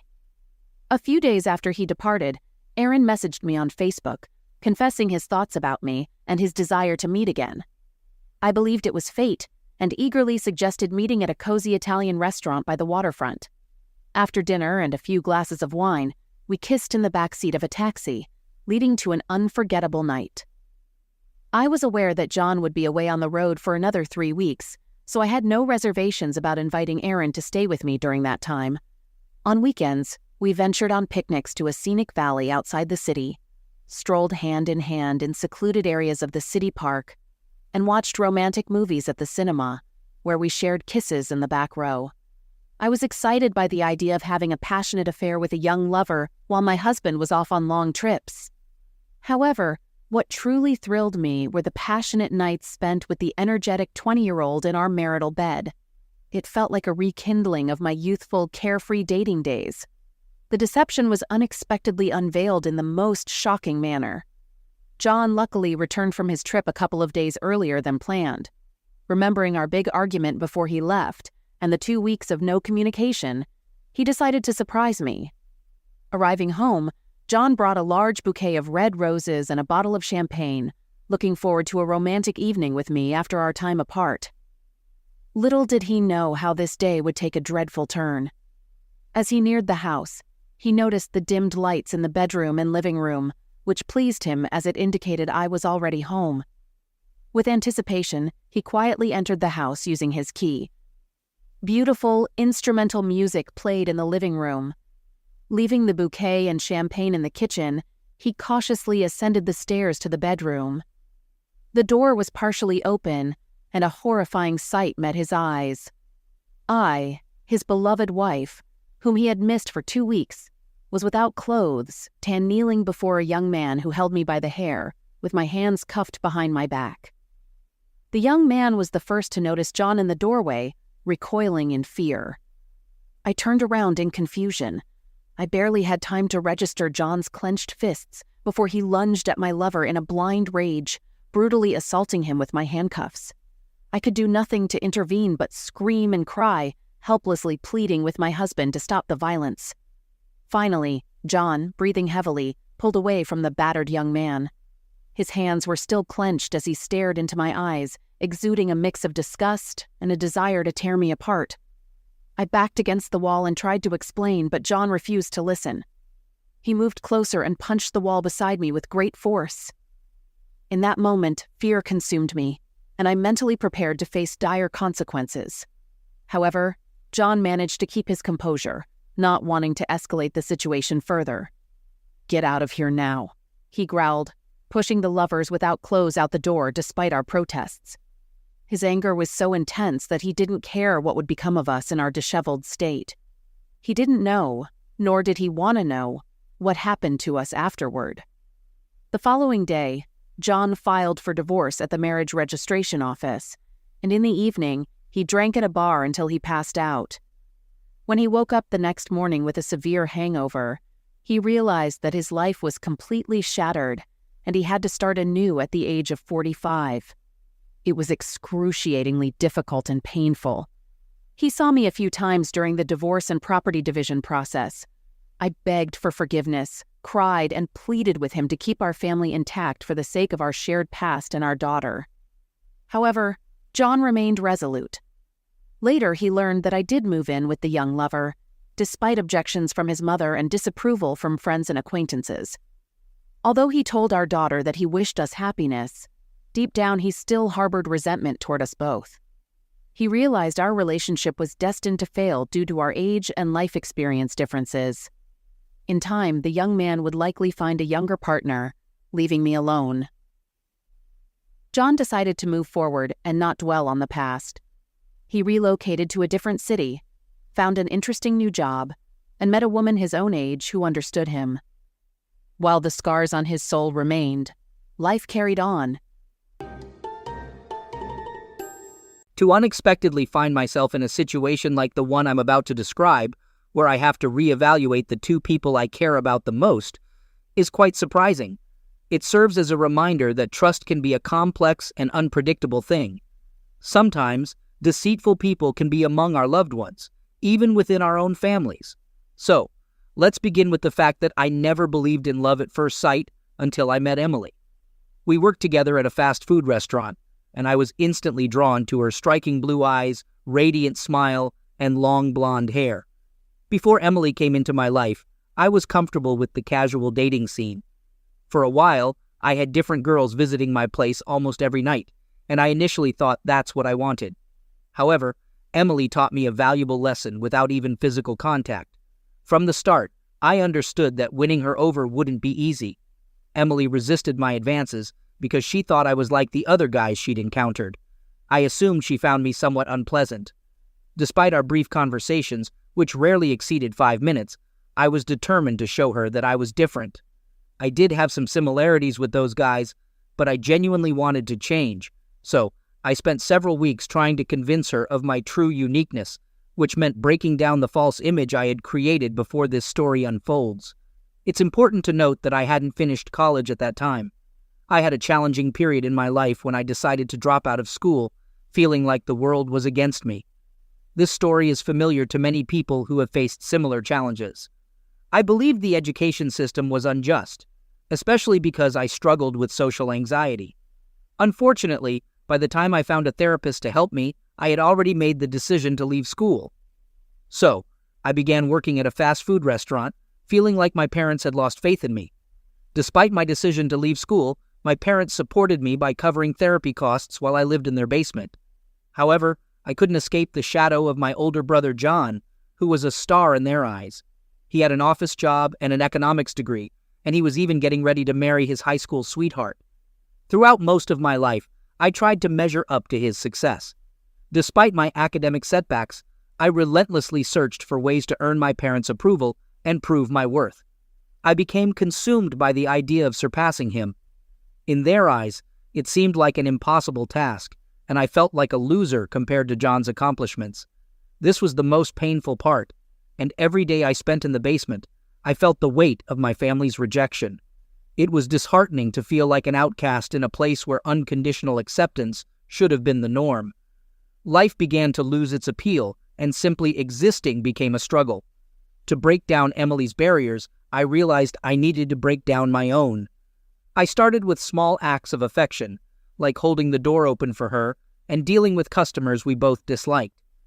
I focused on genuinely listening to her, putting aside my own careless thoughts, and maintaining a respectful and attentive demeanor.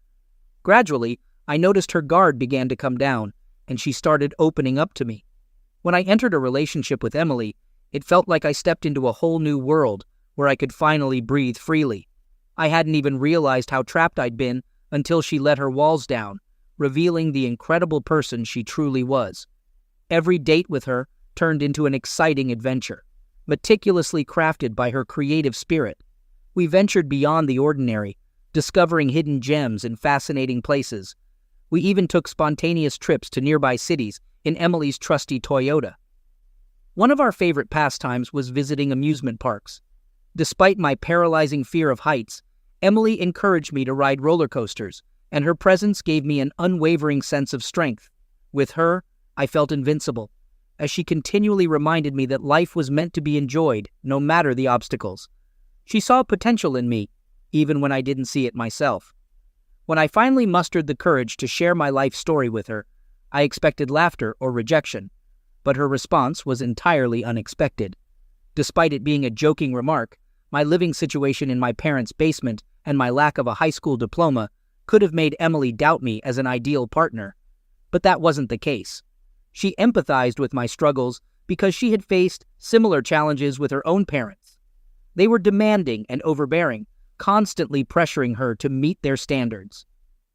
Instead of caving into that pressure, Emily boldly chose to chart her own path and live life on her terms, even in modest living conditions. In a small apartment near a diner, she made the most of her space, turning it into a cozy haven that felt like ours. Thanks to her influence, I learned to cherish the seemingly insignificant moments that often slip by unnoticed.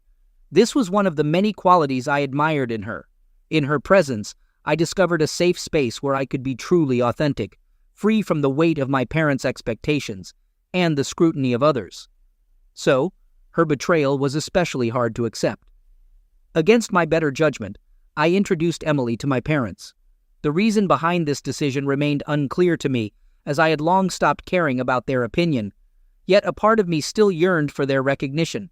Emily was the only source of normalcy and goodness in my life, and I wanted my parents to see that. It happened on that fateful evening when she encountered everyone, including John. At that time, I didn't see any signs of anxiety. I foolishly thought their interaction was purely friendly and polite. After all, his fiancée was there, and I couldn't imagine any hidden motives behind their newfound friendliness.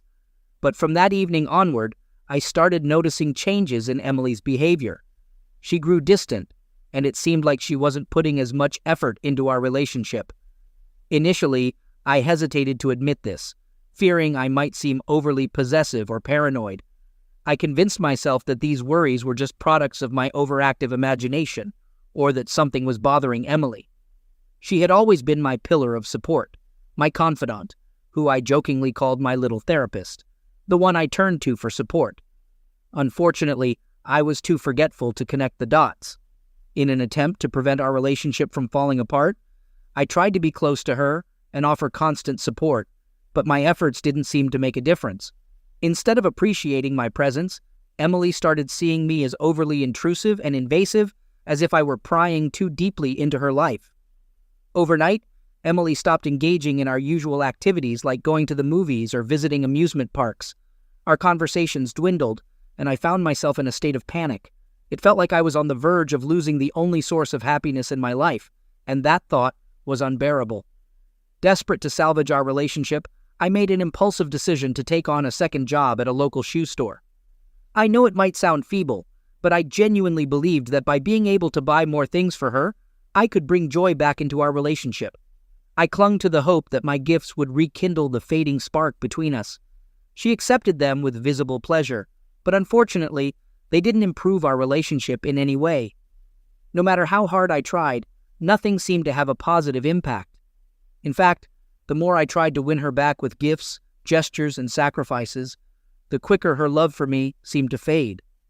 In an effort to salvage what was left, I decided to surprise Emily by giving her some space, allowing her to breathe without feeling suffocated by my presence. I assumed she would want to see me after this break. There was some improvement in our conversations, which led me to believe that we were gradually repairing our relationship, or so I convinced myself to see a glimmer of hope in Emily's eyes. I saved money for several weeks to buy her the coveted bracelet she wanted, hoping it would be a tangible symbol of my love and dedication. The gift came with a beautiful bouquet of her favorite flowers. I desperately wanted her to understand the depth of my affection and how committed I was to our relationship. Looking back on it now, I can't help but cringe at how pitiful and desperate I appeared as I approached her house. Each step was filled with anticipation, and the mere thought of seeing her again was pure joy. It was excruciating to be away from her, but today I'd finally reunite with her. With a spare key in hand, I carefully entered her house, observing the faint glow of her lamps from beneath the door. However, as soon as I stepped inside, an unexpected sound reached my ears. It was an unusual sound, completely baffling. The source of these mysterious sounds emanated from her living room, distinct from the sounds of the TV. They echoed through the room with a clarity and realism that were almost tangible. They rebounded off the walls, creating a disconcerting atmosphere. Immediately, an anxious feeling gripped me, and my heart raced while a knot formed in my stomach. A wave of uncertainty washed over me, making me ponder whether to proceed or retreat. But curiosity overpowered caution and pushed me to move cautiously toward the source of the noise, trying not to startle her. With each step, the intensity of the sounds increased, sending a sickening feeling through me. When I cautiously peeked around the corner, my world shattered into countless pieces. There, on the very sofa where we had spent countless nights together, I saw a sight that tore my heart apart. Emily, the love of my life, was locked in an embrace with none other than my own brother. I froze in place as if time had stopped, struggling to grasp the betrayal unfolding before my eyes. My mind raced, desperately searching for some explanation for this nightmare. However, no reasoning could account for the depth of pain and betrayal I felt at that moment.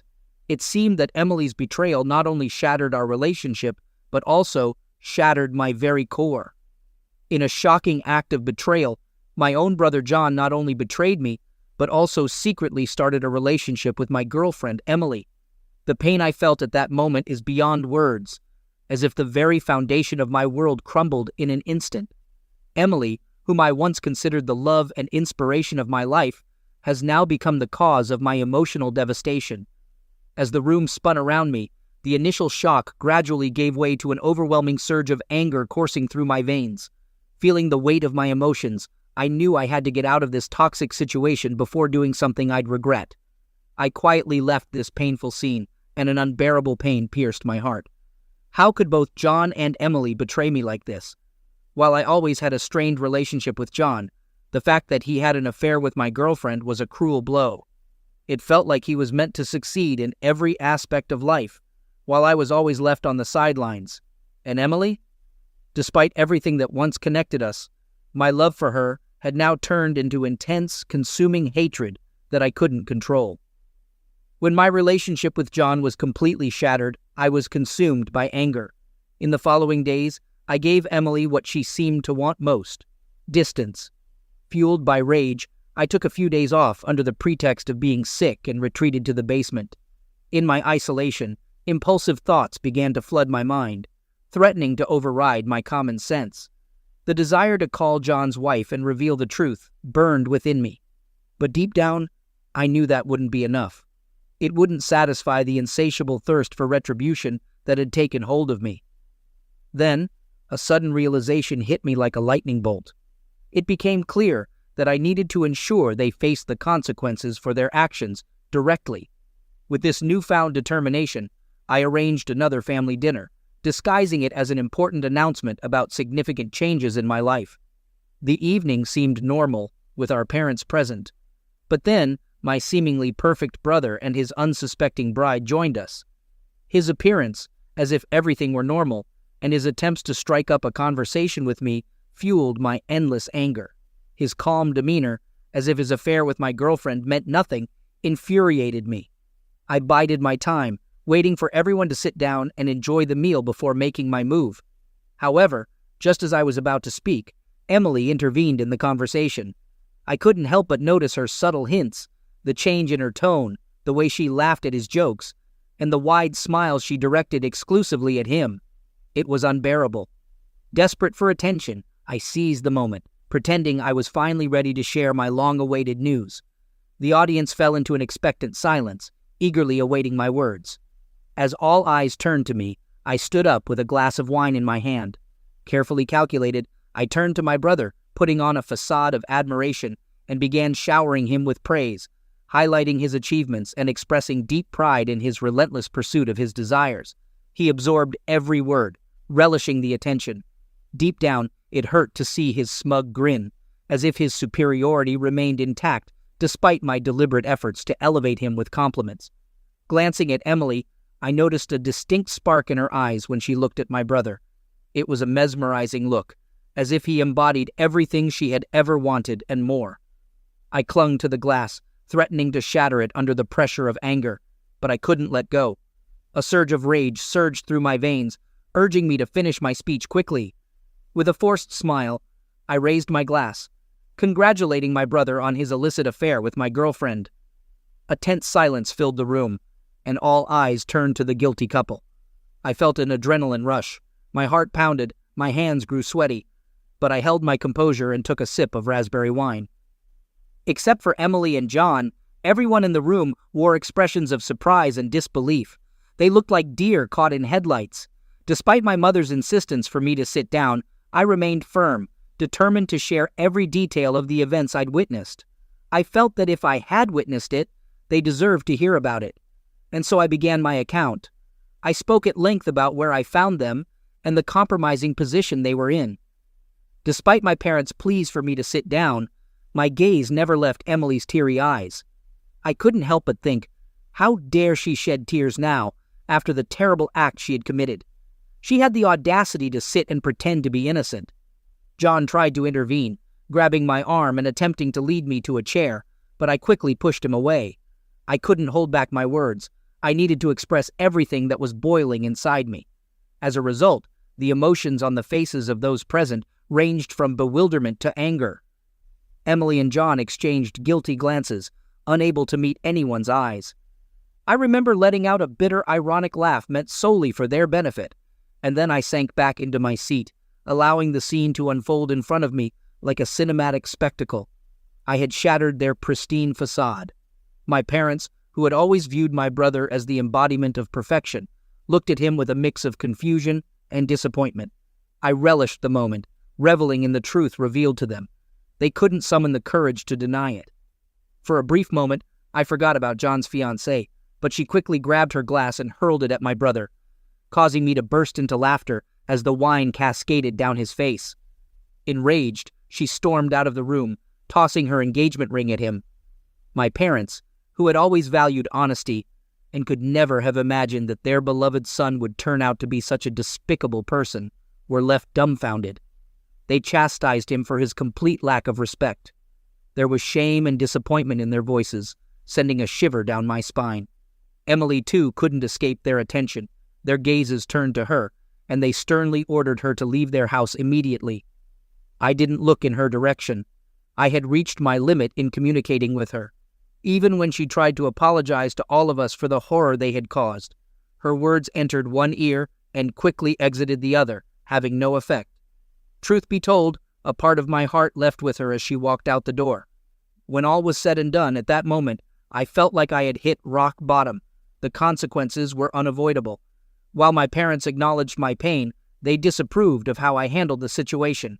They believed that my brother's fiancée deserved to learn the truth in a more respectful way, and, for the most part, I agreed with them.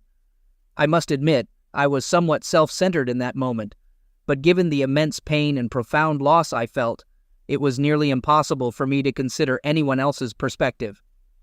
As we retired to our bedrooms that evening, a heavy cloud of tension hung over the house. John's worst fears had come to pass.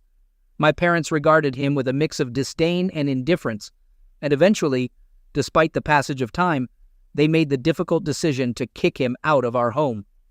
It became evident that this situation meant much more to our parents than we initially assumed. I suspect it was fueled by deep affection for his ex-fiancée. He humbled himself to the point of pleading for a change of heart, but they remained resolute in their decision. I couldn't help but sympathize with him, seeing how even his ex-fiancée rejected him and denied him the chance to explain himself. He was left to deal with this on his own. Speaking of his ex-fiancée, she shamelessly exposed him on social media, and many members of our community joined in the public condemnation. John, at one point, became a symbol of shame, the embodiment of dishonor in our town. As for Emily, from what I've heard, her life spiraled into turmoil. She left the fast food restaurant but maintained contact with one of her friends, who happened to be a co-worker of ours. This friend confided in me, revealing that Emily was facing eviction due to substantial rent arrears, and the landlord took her to court. Living in a noisy trailer park, I made a firm decision to seek the same happiness that Emily once brought into my life, but this time I was determined to find it within myself. It may sound sentimental, but I embarked on a profound journey of self-discovery, during which I realized that I deserved more than what others could offer. That's how I reclaimed my destiny. By a stroke of luck, I landed a job that not only paid better but also offered me a chance to break free from my current life situation. When I truly tasted independence for the first time, everything else faded into the background. Here's a lesson I've learned along the way. Never blame yourself for falling in love, and don't ignore warning signs. Most importantly, don't shoulder the blame for someone else's infidelity. If you know you've given your all, it reflects their character, not yours. Take this experience as a lesson and stay vigilant, even when it comes to your own family. You never truly know someone's intentions. As she lay on her modest, inflatable mattress, amid fits of laughter, she confessed her simple desires to me. She didn't aspire to anything extravagant or complicated in life. Her dream was to become a kindergarten teacher, and when she saved enough money, she planned to further her education. It was she who unexpectedly brought up the topic of a date, and I could hardly believe the reality of the moment. Naturally, I accepted her offer, but it was hard for me to fathom that my efforts had been noticed and appreciated. It might sound silly, but in that moment, my 21-year-old self was filled with skepticism. This experience prompted me to adopt a completely new persona, a kind of shield to protect myself from potential rejection or the disappointed looks that sometimes met me. I made a firm decision to stop fixating on John and the image he represented. Choosing to liberate myself from their influence, I boldly decided to distance myself entirely. Getting a job was my first step toward freedom, but it was meeting my new friend that truly illuminated my path and opened up a fresh perspective on life.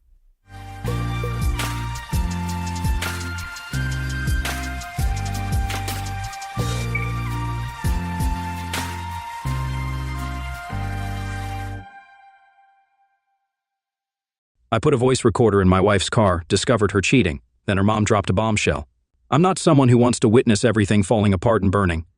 When I noticed something was wrong with my wife, I didn't hesitate to talk to her about it. I asked her why she had stopped talking to me, hugging me, and being close to me. I even asked her why she seemed uncomfortable with my touch. It wasn't easy to get her to open up at first, but eventually she did. And what I heard broke my heart. She said she didn't feel like I was enough for her, that she had to do everything herself and couldn't rely on me. She felt like she had to make all the decisions and handle everything, including the kids. She even said that maybe she would be better off alone. Hearing all of this was a shock, but I didn't want to fight with her. I love her so much that I accepted what she said and told her I understood her pain. I promised her I would work on my behavior so she wouldn't have to stress about it. I just want to make things right because she means the world to me, but it's tough. You know, despite all that I do, I still have my own thoughts that keep me awake at night. That's actually why I ended up seeking support from this group, because the accusations my wife is making against me just aren't true, at least not from my perspective. I genuinely believe I'm a good husband who meets the norm. I work around 8 hours from home, and when I'm finished, I dedicate myself to taking care of my boys. I play with them, feed them, take the older one to swim lessons, and tuck them in at bedtime. I'll even wake up in the middle of the night if they need me. And it's not just about the kids. I also handle household chores, the dishes, groceries, and some cleaning. Although my wife thinks I'm not efficient enough at it, so she prefers to take over. I also take care of the car and other responsibilities related to our new house. I do all of this to make her life easier because I know how challenging it can be with 2 little boys. But the thing is, I'm not always the type of person who's constantly proactive. You know, there are those people who can't sit on the couch for 5 minutes without thinking about what to do next, what needs fixing, what business to start, what chores are left to do. My father-in-law is like that, but I'm not. I have my own unique way of doing things, and I believe that's okay too.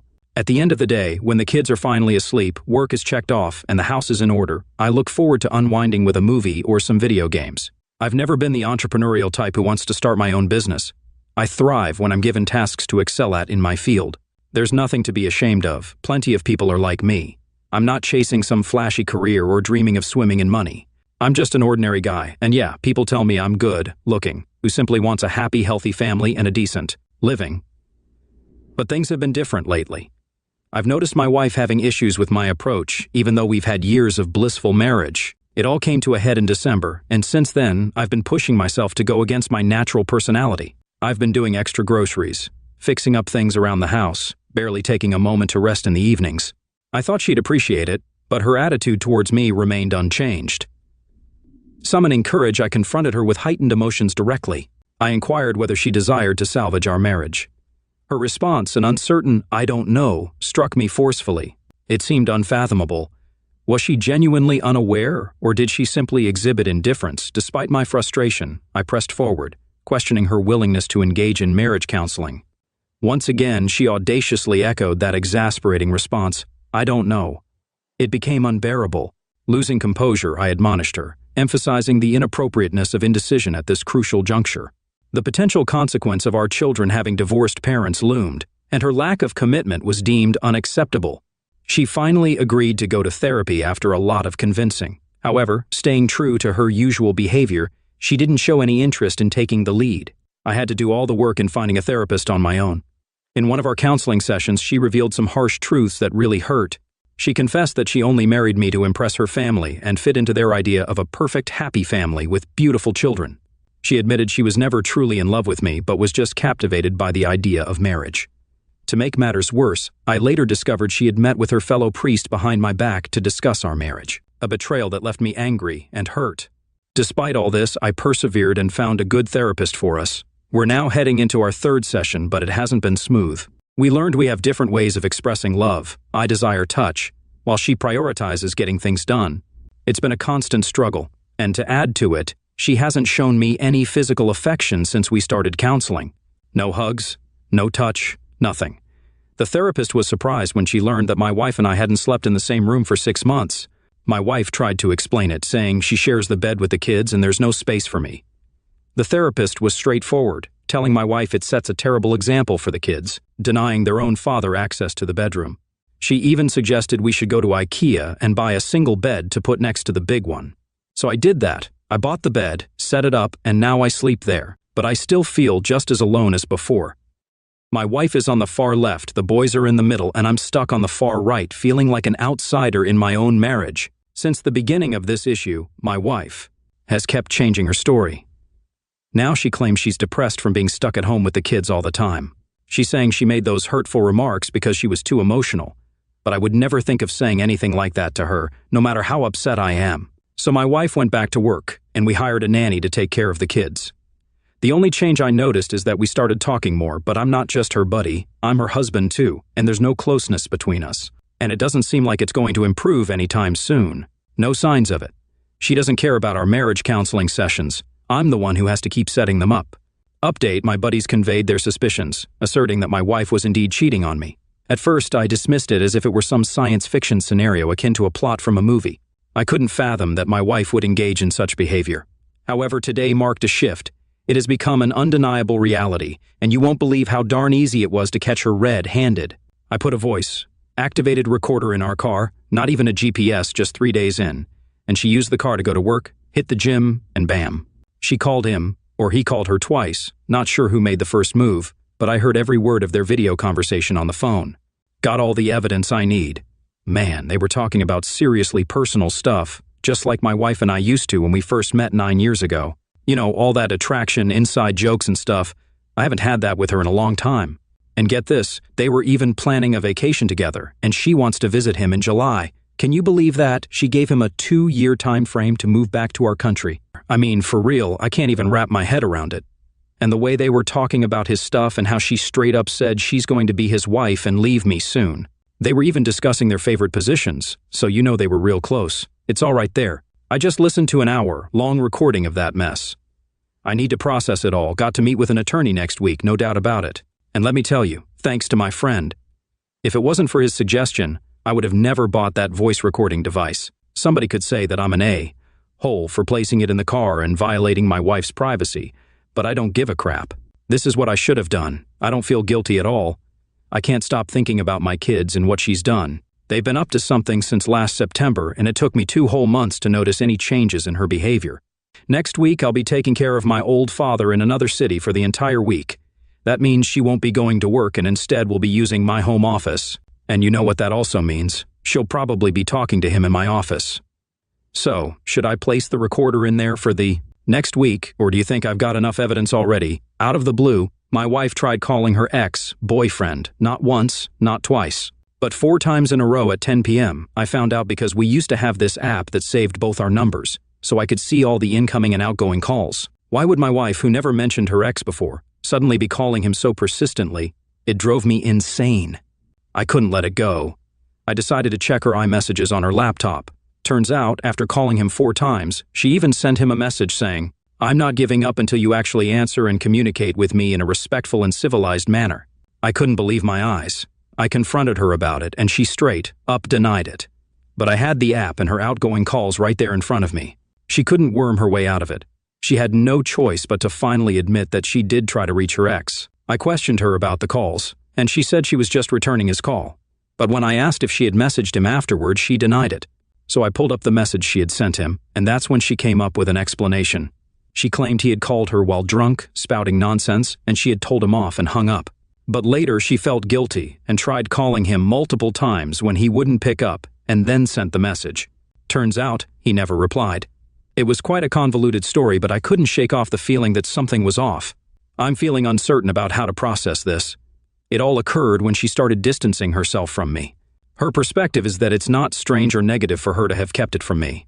It doesn't hold much significance to her. The fact remains that any contact with an ex is a red flag for me. It's simply unacceptable. Is she being unfaithful? Our closeness has been lacking for the past 6 months, which is exactly when these calls took place. Update, I now have solid proof that our problems aren't what she's been telling everyone. The catch is, she doesn't know I'm aware of it. None of her family or friends know either. They all think we're just going through a temporary tough time. She comes from a Catholic family with 3 sisters, and she goes to church every Sunday. We live in a small town with a population of 177,000, and we recently built a house that's still not finished. I found out that she's planning to ask me to leave soon so she can have some time alone. Within 2 years, her previous boyfriend will move to our small town to live with her in our house along with our 2 young boys. She hopes people will understand and won't complain, saying that she needs a father figure for her kids. Interestingly, the previous boyfriend is actually her first boyfriend, and they were together for 5 years before she married me. We've been together for 9 years. Even though he lives abroad, he visits our country frequently. I won't let myself be manipulated in that way. I've taken the step of hiring an attorney and will be meeting with them soon. I have recordings that could potentially damage her reputation. Update, I had a conversation with my lawyer, and he gave me some insightful advice. It turns out that going all out and trying to cause trouble for her during the divorce wouldn't be the smartest move since we have kids and need to co-parent for the next 15-16 years. I need to be mindful of that. I also have a lot of respect for her family and don't want to involve them in the divorce as witnesses. Plus, winning custody of the kids isn't an option as they're young and need to be with their mother in the small town, an hour away from me in the capital city. Moreover, I wouldn't be allowed to sell our house because the kids need a decent place to live, and we don't have another option. The place they're staying at right now is owned by her dad, so it's just a temporary arrangement. It sucks, but that's the reality here in the Czech Republic, Europe. After our conversation, the lawyer sent her the divorce papers, set to be delivered right after Easter in the Czech Republic. Yesterday, I had a day off from work, so I was taking care of my 1-year-old son while she went to work in the capital city about an hour away. Meanwhile, my brother helped me pack up all my belongings from the apartment and load them into his car. To add to the chaos, the postman delivered the divorce papers, or rather, an invitation to mediation so we could try to divide everything in a civilized manner and have an amicable divorce. According to the papers, she's in a relationship with this guy, mentioning his first and last name, and that's apparently the reason for the divorce. But hey, at least the evidence I have will come in handy when it comes to child support and all that. It'll definitely be some leverage in my favor. As soon as she walked into the house, I confronted her and told her that I knew everything. I had solid proof, and I was deeply hurt by it. I insisted that she contact my lawyer. Then I handed her the divorce papers and left to visit her parents. Naturally, she started asking me what I knew and how I knew it, and she denied everything. Her parents were in shock, but they believed me. I had recorded the entire conversation, just like my attorney had advised. I started by asking them if they thought I was a good and caring husband and father. They gave their approval, which means she won't be able to use them as witnesses against me in court. Just like I mentioned earlier, they believed me and understood the gravity of what she has done and how it has devastated our lives. I expressed my gratitude for their understanding and headed to the capital city. In the meantime, I reached out to a friend who helped spread the news to her circle of friends. So guess what? 2 hours later, my awesome brother-in-law called me and said that she confessed that she cheated on me with the AP, but she conveniently forgot to mention any closeness with him. Classic. My brother-in-law also filled me in on how everyone's on my side and how she single-handedly destroyed our once perfect family. Then he goes on to tell me that everything can be saved because, hey, he's cheated on his wife too, but she forgave him, and now they're living happily ever after. Hilarious, right? Like that's going to make me feel better.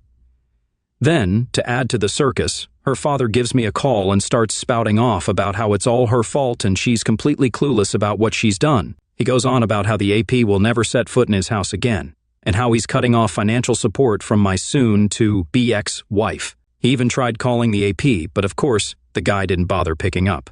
And then, in a grand finale of absurdity, he tells me he thinks it can all be saved. But wait, there's more.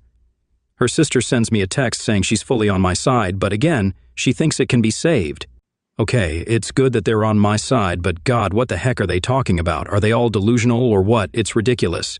As if this whole mess could be magically fixed. It's infuriating. I really don't believe our relationship can be salvaged, and I'm quite certain about it. I'm worried that others might think I don't have concrete evidence, and that my reasons for leaving her aren't enough. They're not aware of the specifics of the evidence I have. All they know is that it's some sort of tape. I've got recordings of her actually saying stuff like, "So make sure you can last longer than 3 seconds when I come to visit you in Brussels. I'm really curious if your dad's Johnson is as big as yours. I'll go up to that woman and ask her how long your brother's Johnson is, and I'll let her know how big yours is. Oh, I love you so much." Well, I'm finally going to leave my husband. About time. Do me a favor, record yourself and send me a video. I want to see what I'm missing. Just showing you a glimpse of what your sad life without me will look like. Giving you a generous 2 years to figure out how to move back here. Update, as predicted by my friends, my ex is making a comeback. After receiving an earful from her family, she's been sending me texts filled with apologies, acknowledging that she had no clue about her actions, expressing how unbearable life would be without me, and sincerely apologizing for everything she's done. She even talks about eagerly awaiting my grand comeback with the kids. However, it all seems like empty words and meaningless chatter to me. My lawyer finally laid out the divorce terms I want, and now we're waiting for her lawyer's response. But in the meantime, my mother-in-law bombarded my phone with texts, sending Christian links about forgiveness. She thinks my wife has been possessed by an evil spirit. Adding to the drama, her sister blamed me, saying I'm the one ruining the marriage for being selfish. Now, my wife is all teary-eyed and apologetic, wishing she could turn back time. Suddenly, I'm the selfish villain destroying the marriage by divorcing her. Yeah, it's all on me now, like I'm the bad guy for wanting out.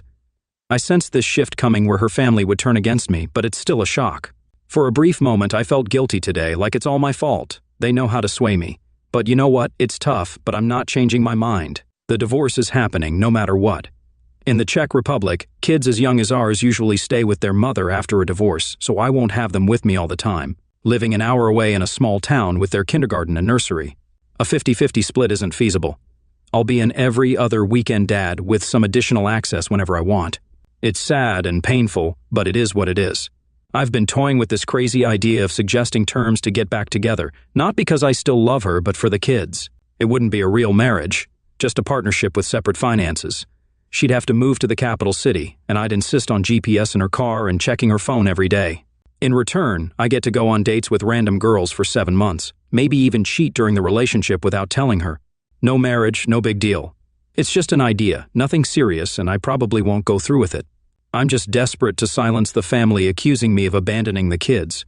What do you think, crazy, right? But I don't have any other bright ideas at the moment. Update, I'm staying at my parents' place, crashing on their living room couch.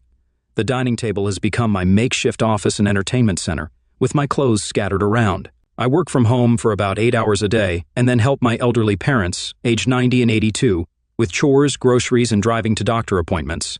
To distract myself from negative thoughts, I hit the gym or catch a movie at the cinema. I get to see my kids every weekend, with my ex dropping them off, and I drive them back. Just to clarify, I did a paternity test confirming that the boys are indeed mine. No confusion there, at least. The whole situation with divorce terms is currently a mess, and it's tough to predict how it will unfold. Crashing at my parents' place leaves me with no other option as a dad of 2 and a grown adult, so I'm asking for a decent amount from my wife, and I want her to take over the mortgage for the house. She's agreed to the mortgage takeover, but is offering only 1/3 of the money I requested, justifying it by the amount I put into building the house. It's honestly messy because I didn't cause this situation, and I'm not at fault. Still, I need a place to live, and 1/3 of the amount won't be enough for buying a flat. The back and forth between our lawyers continues.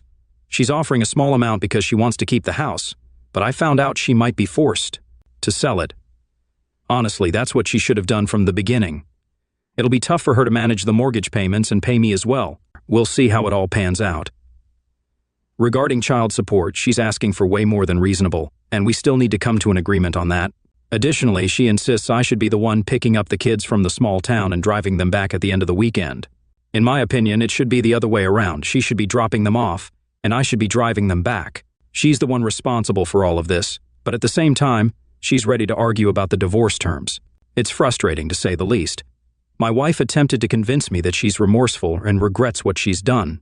She claimed to have ended things with her affair partner, sought an exorcist, confessed all the details of the affair, and left it in God's hands. I couldn't help but laugh, and told her I don't care about her priest. She should be confessing to me. I gave her a chance to come clean about how many times she had been close with him. She denied it.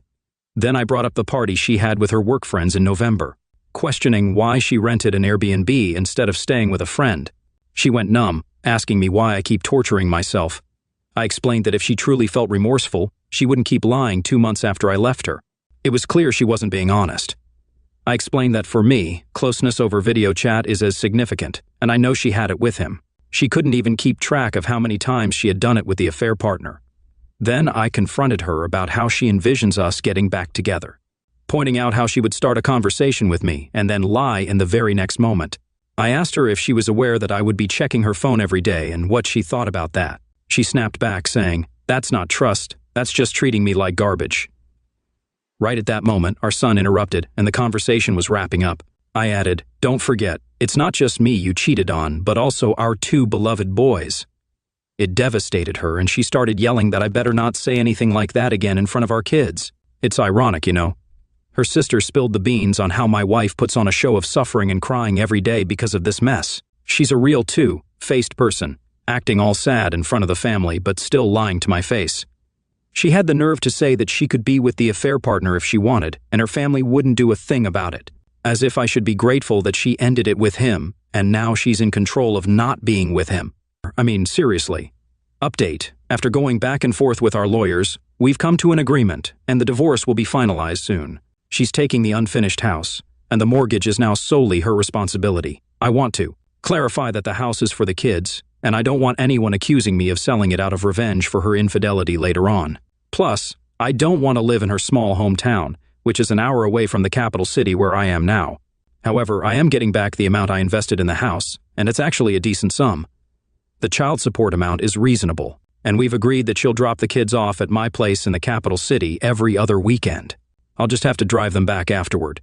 But honestly, only seeing my kids on weekends isn't enough for me. It hurts a lot, and I can barely handle it at times.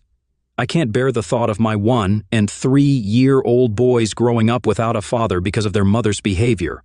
I wish I could have them with me, but unfortunately the law in the Czech Republic doesn't allow it. I might need to start driving there in the middle of the week, or find another way to make it work and survive. As for her, she keeps reaching out, saying she still loves me and wishes she could undo the past. She claims to be suffering every day because of what she's done. She even softened to the point where she told me she doesn't mind if I check her phone, and it wouldn't make her feel bad anymore. She apologized to my parents and seemed genuinely remorseful. She's willing to do whatever it takes to make things right now. You won't believe what I found out about her affair partner. According to our mutual friends, the guy actually dumped her. Can you believe it? Apparently, he has a whole family with a kid in Brussels and didn't want to risk getting caught up in this messy situation. Turns out it was all just a game for him, and he played my wife like a fiddle. I'm moving on with my life, and I won't let her toxic behavior drag me down. The divorce is happening, and there's no going back. Good riddance to the cheater. I've got better things to focus on and a brighter future ahead of me. Life goes on, and I'm not wasting any more time looking back at the mess she created. It's time for a fresh start, and I'm ready to embrace it with open arms. Hello, and welcome to Cheating Tales Lab. Thank you so much for clicking on today's video. We've got another thrilling story to share, and we hope it's one you'll enjoy. Now, let's get started. Matthew Wood stepped out of his car, briefcase in hand, and took a deep breath of the crisp evening air. The streetlights flickered on as he walked up the driveway, casting long shadows across the manicured lawn. It had been another grueling day at the lab, but the thrill of scientific discovery always left him feeling invigorated. As he opened the front door, the familiar scent of home greeted him. "Betsy?"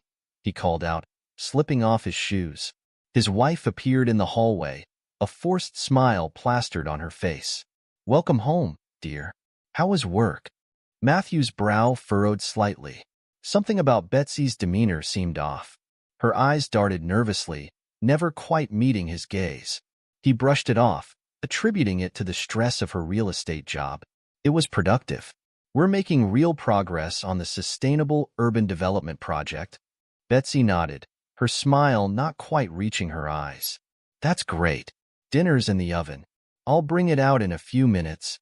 As Matthew settled into his favorite armchair, a wave of dizziness washed over him. He gripped the armrest, waiting for it to pass. These spells had been occurring more frequently after work meetings lately. He made a mental note to schedule a checkup, then pushed the thought aside as Betsy brought in a plate of food. The next morning, Matthew arrived at the research facility, greeting his team with a nod. The conference room buzzed with excitement as they prepared for their upcoming presentation to city officials. "All right, team," Matthew began, spreading out a series of charts on the table. "Let's run through the key points one more time." As they delved into the intricacies of their Sustainable Urban Development Plan, Matthew's colleague, Shane Hampton, leaned in close. "You okay, Matt? You seem a bit off." Matthew waved away Shane's concern. "Just a bit tired. Nothing to worry about." Shane's eyes narrowed, unconvinced. "Those dizzy spells still bothering you?" "It's fine," Matthew insisted, redirecting the conversation back to their project. "Now, about the proposed green spaces." As the meeting wrapped up, Matthew headed to the cafeteria for lunch. He grabbed a tray and found a quiet corner to review his notes for the afternoon's crucial meeting with his boss, Tyler Nicholson. Absorbed in his work, Matthew barely registered the hushed conversation at the next table. Two interns huddled close, their voices barely above a whisper. "Did you see that video?" one asked, eyes wide. The one with the passed-out guy? The other nodded vigorously. Passed-out husband used for hours, right? God, it's so messed up. Matthew's ears perked up at the phrase, but he dismissed it, focusing instead on his upcoming presentation. He had no time for office gossip, not with so much riding on this meeting. As the afternoon wore on, Matthew made his way to Tyler Nicholson's office. He straightened his tie, took a deep breath, and knocked on the door. "Come in," Tyler called out, his voice muffled. Matthew entered, noting the tension in Tyler's shoulders as he sat behind his imposing desk. The older man's eyes darted around the room, never quite settling on Matthew. "Afternoon, Tyler," Matthew said, taking a seat. "I've got some exciting developments to share about the Urban Sustainability Project." Tyler nodded, his attention clearly elsewhere. As Matthew launched into his presentation, he couldn't help but notice Tyler fidgeting with his phone beneath the desk. "So, as you can see from these projections," Matthew's voice trailed off as the room began to spin. He gripped the edge of the desk, trying to steady himself. "Matthew, you all right?" Tyler's voice sounded distant, as if coming from underwater. The world tilted, and then everything went black. When Matthew came to, he found himself lying on the leather couch in Tyler's private office. The overhead lights seemed painfully bright, and his head throbbed with each heartbeat. Tyler loomed over him, a glass of water in hand. "You gave us quite a scare there, Woods. Fainted right in the middle of your presentation." Matthew struggled to sit up, his mind foggy. What happened?" "Low blood sugar, most likely," Tyler said, his tone casual. "You've been working yourself too hard. Why don't you take the rest of the day off?" As Matthew's vision cleared, he couldn't shake the feeling that something was off. Tyler's explanation seemed plausible, but instinct told him there was more to the story. "Thanks, I think I will," Matthew replied, slowly getting to his feet. As he gathered his things, his gaze swept the room, landing on a small, out-of-place object in the corner. A camera lens, barely visible behind a potted plant. Matthew's pulse quickened, but he kept his face neutral. "I'll see you tomorrow, Tyler." "Sorry about the interruption." Tyler waved him off. "No worries. Get some rest." As Matthew left the building, his mind raced. The hidden camera, Tyler's strange behavior, his own unexplained symptoms. Something wasn't adding up. That evening, Matthew sat in his home office, the lights dimmed low. He stared at his phone, debating whether to make the call. Finally, he dialed the number. "Jake? It's Matthew. I need your help with something." Discreet. Jake Larkin, an old friend and cybersecurity expert, listened intently as Matthew laid out his concerns. "A hidden camera? And you've been having these dizzy spells?" Jake's voice crackled through the speaker. "Matt, this sounds serious.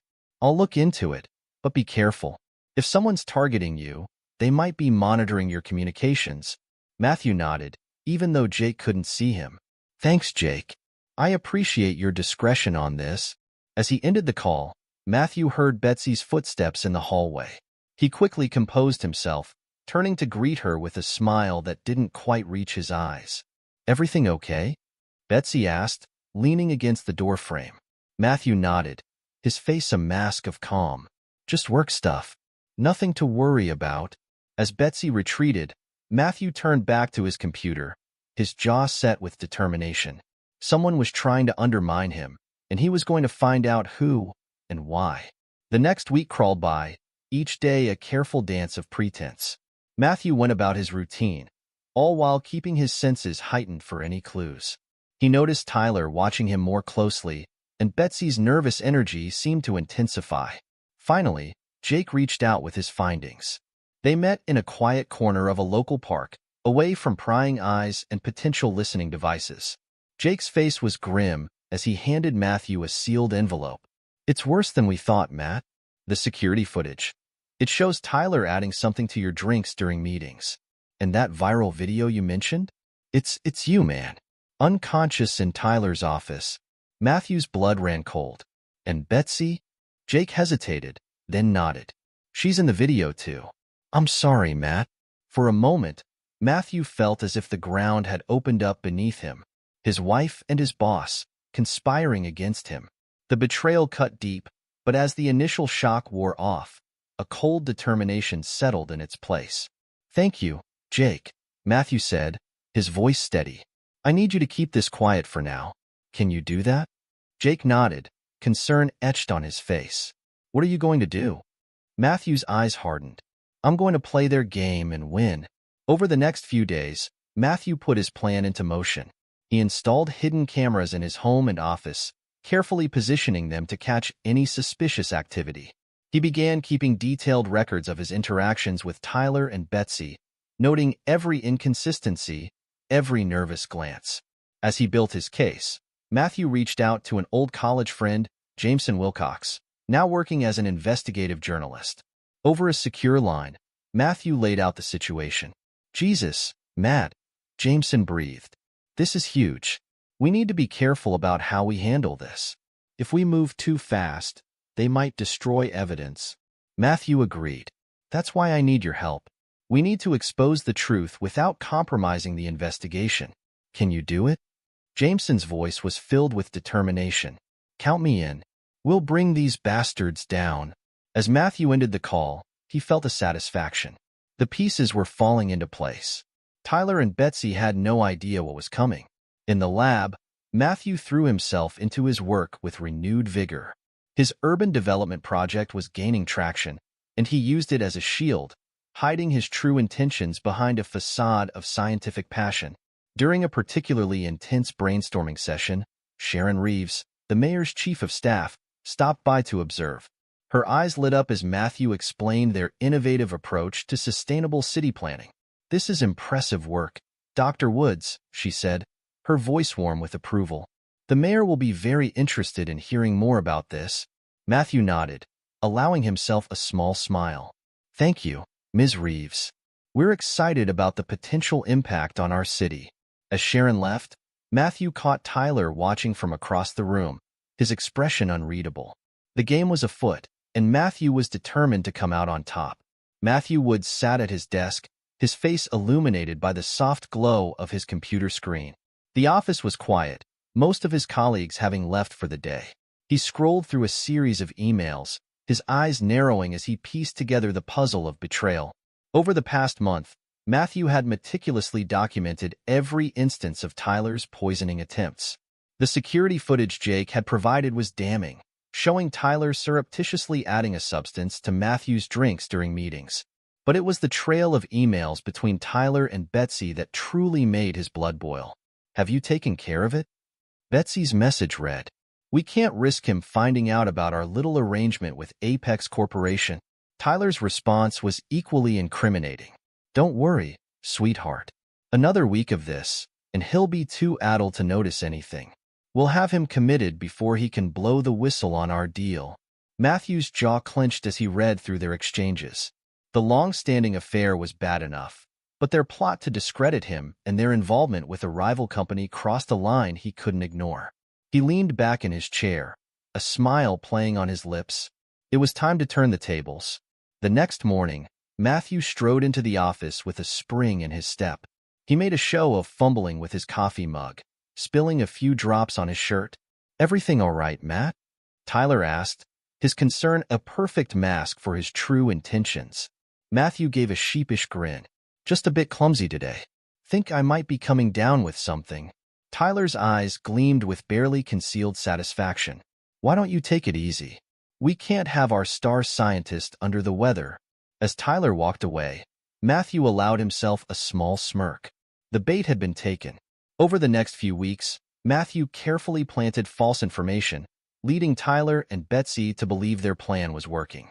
He'd stumble during presentations, forget key details in meetings, and generally play the part of a man slowly losing his grip. Tyler and Betsy grew increasingly arrogant, their guard dropping as they reveled in their apparent success. Little did they know, Matthew was documenting their every move, building an airtight case against them. Meanwhile, Matthew threw himself into his work on the urban development project. He spent long nights poring over data, refining his proposals, and reaching out to influential city council members. His dedication didn't go unnoticed. During a presentation to the city's planning committee, Sharon Reeves, the mayor's chief of staff, leaned forward, her eyes alight with interest. Dr. Woods, this is truly groundbreaking work, she said as Matthew concluded his presentation. Your approach to integrating green spaces with urban infrastructure could revolutionize city planning. Matthew nodded, allowing a hint of pride to show. Thank you, Ms. Reeves. It's been a labor of love. As he packed up his materials, Matthew caught sight of Tyler lurking at the back of the room, his face a mask of barely concealed rage. The game was far from over, but Matthew was winning. Back at home, Betsy paced the living room, her heels clicking against the hardwood floor. Something wasn't right. Matthew's behavior had been off lately, yes, but there was an undercurrent of something she couldn't quite put her finger on. She pulled out her phone, scrolling through her contacts until she found the number she was looking for. After a moment's hesitation, she pressed call. Daryl? It's Betsy Woods. I need your services. Daryl Chase, a private investigator with a reputation for discretion, listened as Betsy laid out her concerns. I need you to track my husband. His behavior. I think he might be on to us. Consider it done. Mrs. Woods, Daryl replied, his voice gruff. I'll start immediately. What Betsy didn't know was that Daryl was an old acquaintance of Matthew's. As soon as he hung up, he placed another call. Matt? It's Daryl. We need to talk. The next day, Matthew met Daryl in a quiet corner of a local park. Daryl filled him in on Betsy's suspicions and her request to have him followed. Matthew's eyes glinted with a mix of anger and determination. Thanks for the heads up, Daryl. I think we can use this to our advantage. Over the next few days, Matthew carefully fed Daryl misleading information. He'd make a show of visiting therapists, researching memory loss, and generally playing into Tyler and Betsy's narrative. Daryl, in turn, reported back to Betsy, further convincing her and Tyler of their success. Emboldened by their perceived victory, Tyler and Betsy began making bolder moves. Matthew overheard snippets of conversation about having him committed to a mental health facility, their voices filled with a sickening glee. Little did they know, Matthew was always one step ahead. As Matthew's project continued to gain traction, he found himself preparing for a major conference. The auditorium was packed with key stakeholders, city officials, and potential investors. Matthew took a deep breath, straightened his tie, and stepped onto the stage. For the next hour, he captivated the audience with his vision of a sustainable, thriving city. Graphs and projections flashed across the screen behind him, each one telling a story of innovation and progress. As he concluded his presentation, the room erupted in applause. Matthew caught sight of Sharon Reeves in the front row, nodding approvingly. Next to her, several investors were already pulling out their checkbooks. The success of the conference was a double-edged sword. While it secured significant funding for Matthew's project, it also posed a threat to Tyler's position in the company. Matthew could feel the tension building, like a storm about to break. He didn't have to wait long for Tyler and Betsy to make their move. The annual company gala was in full swing. Men in tuxedos and women in glittering gowns mingled, champagne flutes in hand. Matthew made his way through the crowd, shaking hands and exchanging pleasantries. From across the room, he caught sight of Tyler and Betsy huddled in a corner, their heads close together as they whispered furiously. Matthew's eyes narrowed. He'd been expecting something like this. As if on cue, a waiter appeared at his elbow, offering a tray of drinks. Compliments of Mr. Nicholson, sir, the young man said, gesturing towards a glass of amber liquid. Matthew smiled, taking the glass. How thoughtful. Please, let me return the favor. In a smooth motion, he switched his glass with another on the tray. Would you mind taking this one to Mr. Nicholson? Tell him it's a toast to our continued success. The waiter nodded, oblivious to the undercurrents at play, and made his way towards Tyler. Matthew watched as Tyler accepted the drink, raising it in a mock salute before taking a large swig. Within minutes, the effects began to show. Tyler's face flushed, his movements becoming erratic. He stumbled towards the stage where the company's CEO was about to give a speech, nearly knocking over a potted plant in the process. I've got something to say. Tyler slurred, grabbing the microphone. You all think Matthew Woods is so great, but let me tell you. Before he could continue, Matthew stepped forward, a folder in his hand. I think that's quite enough, Tyler, he said, his voice calm but carrying an edge of steel. "Ladies and gentlemen, I apologize for the interruption, but I believe it's time for some truth." With all eyes on him, Matthew began to lay out the evidence. He presented emails, financial records, and security footage, all pointing to Tyler's misconduct and his collusion with rival companies. As the room erupted in shocked murmurs, Betsy tried to slip away unnoticed. But Matthew's voice cut through the chaos. "And let's not forget the role my wife played in all this." Betsy froze, her face a mask of horror as Matthew continued to unravel their scheme. The board members present looked on in stunned silence, their expressions shifting from disbelief to anger. In the aftermath of the revelation, Matthew found himself in a private meeting with Sharon Reeves. The chaos of the gala had died down, replaced by a tense quiet as the company scrambled to do damage control. Sharon leaned forward, her eyes sharp. "Matthew, in light of recent events, the mayor and I have been discussing the future of our city's sustainability initiatives. We believe you're the right person to lead this effort." Matthew raised an eyebrow. "I'm honored, Ms. Reeves. What exactly did you have in mind?" "We want to offer you a position heading up the city's new sustainability initiative," Sharon replied. "It would effectively put you in charge of implementing the very projects you've been developing. And, I might add, it would place you well above Mr. Nicholson in terms of influence and authority." A slow smile spread across Matthew's face. It was more than just a professional victory. It was vindication. "Ms. Reeves, I believe we have a lot to discuss." As Matthew left the office that night, he caught sight of his reflection in a darkened window. The man staring back at him was battle-worn but unbroken. He had faced betrayal, fought back against those who sought to destroy him, and emerged stronger for it. The city skyline stretched out before him, a canvas of possibilities. Matthew allowed himself a moment of satisfaction. The game had been long and brutal, but in the end, he had won. And now, it was time to build something new from the ashes of betrayal. The aftermath of the company gala hung over the city like a storm cloud. Tyler Nicholson, once the golden boy of the Environmental Research Division, now found himself suspended pending investigation. His office sat empty, a testament to how quickly fortunes could change. Matthew Wood stood in the doorway of his own office, surveying the scene. He'd won the battle, but the war wasn't over yet. His eyes narrowed as he spotted Betsy across the room, her usual poise replaced by nervous energy. It was time to end this.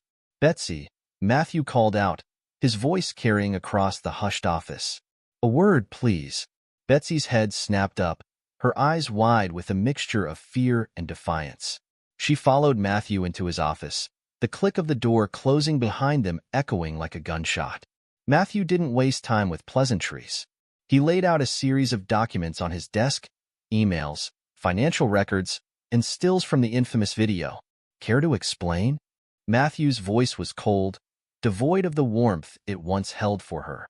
Betsy's eyes darted over the evidence, her mind racing. "Matthew, It's not what you think. Tyler, Save it." Matthew cut her off. "I know everything. The affair, the plot to discredit me, your little side business with Apex Corporation. Did you really think I wouldn't find out?" Betsy's facade crumbled. Tears welled up in her eyes as she reached for Matthew's hand. "Please, you have to understand. I never meant for it to go this far. I love you, Matthew. We can work this out, can't we?" Matthew pulled his hand away, his expression hardening. "Love? Is that what you call poisoning your husband and using him for your sick games?" He pushed a folder towards her. "These are divorce papers. I suggest you sign them." Betsy's demeanor shifted, her pleading giving way to anger. "You can't do this to me. After everything we've been through." "Everything we've been through?" Matthew's laugh was harsh. "You mean your betrayal? Your attempts to destroy my career? My life? Oh, and let's not forget, you'll be implicated in the criminal charges against Tyler. I hope it was worth it." The color drained from Betsy's face. "Criminal charges? You can't be serious." Matthew leaned forward, his voice low and dangerous. "Dead serious. You made your choice, Betsy. Now you get to live with the consequences." As realization dawned on her, Betsy's composure shattered completely. She fumbled for her phone, her fingers shaking as she dialed Tyler's number. Matthew watched her, a mix of disgust and pity on his face. Without another word, he gathered his things and walked out of the office. He'd already moved his belongings to a new apartment. There was nothing left for him in the home they'd shared. As the door closed behind him, he could hear Betsy's frantic voice. "Tyler? Tyler, we have a problem." Across town, Tyler Nicholson paced his living room, a glass of scotch in hand. His suspension had hit him hard, but he wasn't about to go down without a fight. He'd built his career on cunning and ruthlessness. Surely he could find a way out of this mess. The ringing of his phone startled him. Betsy's name flashed on the screen. He answered, his voice gruff. "What is it?" Betsy's panicked words spilled out, painting a picture of their situation. Tyler's mind raced, formulating plans and discarding them just as quickly. There had to be a way to turn this around. As night fell, Tyler found himself outside the office building. The security guard was easy enough to distract. A simple story about forgotten documents and a crisp $100 bill did the trick. He made his way to Matthew's office, his heart pounding. If he could just plant some evidence, make it look like Matthew was the one stealing research. Tyler rifled through Matthew's desk, planting false documents and tampering with files on the computer. A smug smile played on his lips. By morning, Matthew would be the one under investigation. What Tyler didn't know was that Matthew's hidden cameras were silently recording his every move. The next day, the board of directors convened for an emergency meeting. Tyler stood before them, barely containing his glee as he presented his findings. "As you can see," Tyler said, gesturing to the doctored documents, "Matthew Woods has been selling our research to competitors. He's the real criminal here." The board members murmured among themselves, their faces grave. Just as Tyler thought victory was within his grasp, Matthew stepped forward. "Interesting theory, Tyler," Matthew said, his voice calm. "But I think you'll find this footage more compelling." He nodded to the IT technician, who pulled up the security feed from the night before. The room watched in stunned silence as Tyler's late-night break-in played out on the screen. The color drained from Tyler's face as he realized he'd been outmaneuvered once again. The board's decision was swift and unanimous. Tyler was terminated on the spot, and the chairman announced that the case would be turned over to the authorities. As security escorted Tyler from the building, his phone buzzed with a news alert. His heart sank as he read the headline, "Corporate Scandal Exposed. Affair, Corruption, and Betrayal." Jameson Wilcox's expose had hit the press. The article detailed Tyler and Betsy's scheme, their affair, and the truth behind the viral video that had started it all. Within hours, the story had gone viral, spreading across social media and news outlets. Matthew stood in his new office, watching the city buzz below. His phone hadn't stopped ringing, colleagues offering support, journalists seeking comments, even old friends reaching out to reconnect. But there was one call he was waiting for. When it came, he answered on the first ring. "This is Matthew Woods." "Dr. Woods," the voice on the other end said, "this is Special Agent Carter with the FBI. We've been following your case with great interest. I think it's time we had a chat." Matthew smiled. Everything was falling into place. Across town, Tyler and Betsy met in a dingy motel room, their worlds crumbling around them. They'd both lost their jobs, their reputations in tatters. But they weren't ready to give up just yet. "We need to fight back," Tyler snarled, pacing the small room. "We've got dirt on Matthew too. If we go down, he's coming with us." Betsy nodded, her eyes hard. "I've got some manipulated evidence from our encounters. It's not much, but it might be enough to cast doubt on his character." They spent the night planning, scraping together whatever they could to mount one final attack against Matthew. By morning, they were ready to make their move. Matthew was in his new office at City Hall, discussing plans for the sustainability initiative with Sharon Reeves when his secretary interrupted. "Mr. Woods? There are 2 people here to see you. They say it's urgent." Matthew exchanged a glance with Sharon. "Send them in." Tyler and Betsy burst into the office, their eyes wild with desperation. Tyler slammed a folder on Matthew's desk. "It's over, Woods," Tyler spat. "We've got enough here to ruin you. Your precious career. Your new position. It'll all come crashing down unless you call off the dogs." Matthew leafed through the documents, his expression unreadable. Doctored photos, manipulated text messages, even a fake recording. They'd been busy. Impressive, Matthew said, his voice calm. Desperate, but impressive. He looked up at Tyler and Betsy, a small smile playing on his lips. But I'm afraid you're too late. He pressed a button on his desk phone. Agent Carter? I think it's time. The door opened, and 2 FBI agents stepped in. Tyler and Betsy's faces fell as they realized they'd walked right into a trap. Tyler Nicholson, Betsy Woods, Agent Carter said, her voice crisp. You're under arrest for corporate espionage, blackmail, and attempted fraud. As the agents read them their rights, Matthew stood. I've been working with the FBI to uncover a larger network of corporate corruption. Your little scheme? It was just the tip of the iceberg.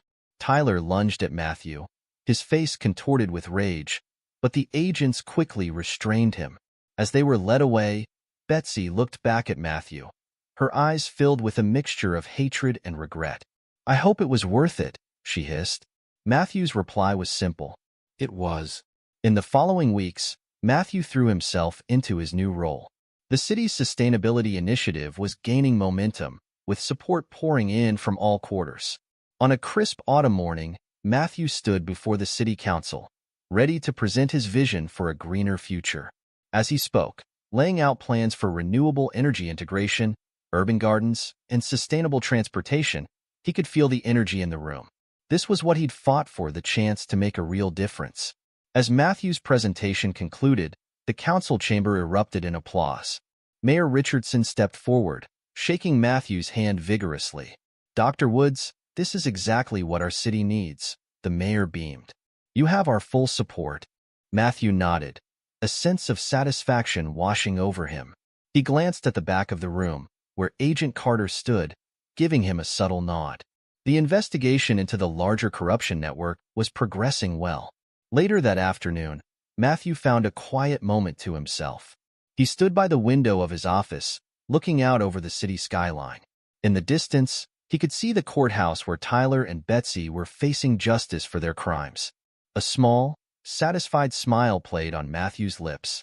He'd been through hell, faced betrayal from those closest to him, and come out stronger.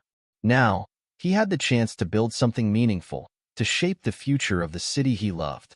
The path ahead wouldn't be easy. There would be challenges, opposition, and likely more attempts to undermine his work. But Matthew was ready. He'd faced down his personal demons and emerged victorious. Whatever came next, he would face it head-on.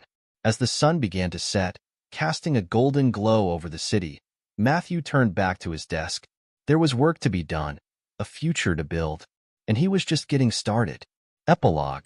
6 months had passed since the dust settled on the scandal that rocked the environmental research community. The city had moved on, but the ripples of that tumultuous period were still felt by those involved. Tyler Nicholson sat in his prison cell, the stark reality of his new life a far cry from the luxury he once enjoyed.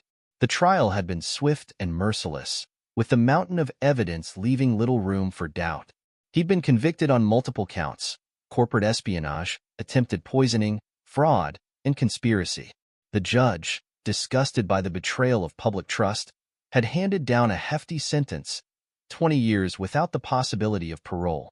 His days now consisted of monotonous routine, a stark reminder of how far he'd fallen. The other inmates, having heard of his crimes, treated him with contempt. Tyler, once the manipulator, found himself isolated and powerless. Betsy Woods hadn't fared much better.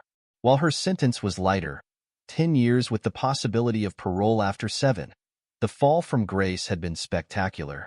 Her real estate license revoked, her reputation in tatters, she faced each day with the bitter knowledge that she'd thrown away a good life for greed and excitement. In the women's correctional facility, Betsy struggled to adapt. Her attempts to manipulate her way to better treatment backfired, leaving her more isolated than ever. She'd lost everything: her marriage, her career, her freedom, and the weight of her choices hung heavy. Both Tyler and Betsy had been ordered to pay substantial restitution to the companies they'd defrauded. Their assets seized, they would leave prison with nothing but the stigma of their crimes. Meanwhile, life had taken a decidedly different turn for Matthew Woods. Matthew stood at the podium, cameras flashing as he cut the ribbon on the city's first fully sustainable neighborhood. Solar panels glinted on rooftops, electric vehicle charging stations lined the streets, and community gardens bloomed between buildings. "This is just the beginning," Matthew announced, his voice carrying across the eager crowd. "Today, we're not just opening a neighborhood. We're opening the door to a greener, more sustainable future for our city." As he stepped down, shaking hands with city officials and community leaders, Matthew caught sight of a familiar face in the crowd. Jake Larkin, the friend who had helped uncover the truth, gave him a thumbs up. Beside Jake stood Jameson Wilcox, the journalist whose exposé had blown the lid off the scandal. They'd both played crucial roles in Matthew's journey, and he made a mental note to catch up with them later. The past months had been a whirlwind for Matthew. His work with the FBI had led to the uncovering of a vast network of corporate corruption, resulting in multiple high-profile arrests and a complete overhaul of environmental policy enforcement. He testified before Congress, advocating for stricter regulations and transparency in environmental research. On a personal level, Matthew had found peace. The betrayal he'd experienced had left its scars, but he'd channeled that pain into his work, into making a real difference. He'd started dating again, taking it slow, rebuilding his trust in others one day at a time. As the event wound down, Matthew found a quiet moment to himself. He pulled out his phone, scrolling to a news article about the recent denial of Tyler and Betsy's appeals. Justice had been served, but Matthew felt no joy in their suffering. Instead, he felt a sense of closure, of a chapter finally ending. His phone buzzed with a message from Sharon Reeves. "Great work today. The governor wants to meet. Your vision is going statewide." Matthew smiled, pocketing his phone. There was still so much work to do, so many challenges to face. But he was ready. He'd weathered the storm of betrayal and emerged stronger, wiser, and more determined than ever. As he looked out over the sustainable neighborhood, his vision made reality, Matthew allowed himself a moment of pride. This was his legacy, not the scandal, not the betrayal. This was the future he'd fought for, a future worth believing in. The sun was setting over the city, painting the sky in hues of orange and pink. Matthew took a deep breath, savoring the moment. Tomorrow would bring new challenges, new opportunities to make a difference. And he couldn't wait to get started. In the end, Matthew Woods had not just unmasked the poison that had threatened to destroy him. He transformed it into the catalyst for positive change, turning personal tragedy into triumph for an entire city. And that, he realized, was the sweetest victory of all. This is where our story comes to an end. Share your thoughts in the comment section. Thanks for your time. If you enjoy the story, please subscribe to this channel. Click on the video you see on the screen, and I will see you there.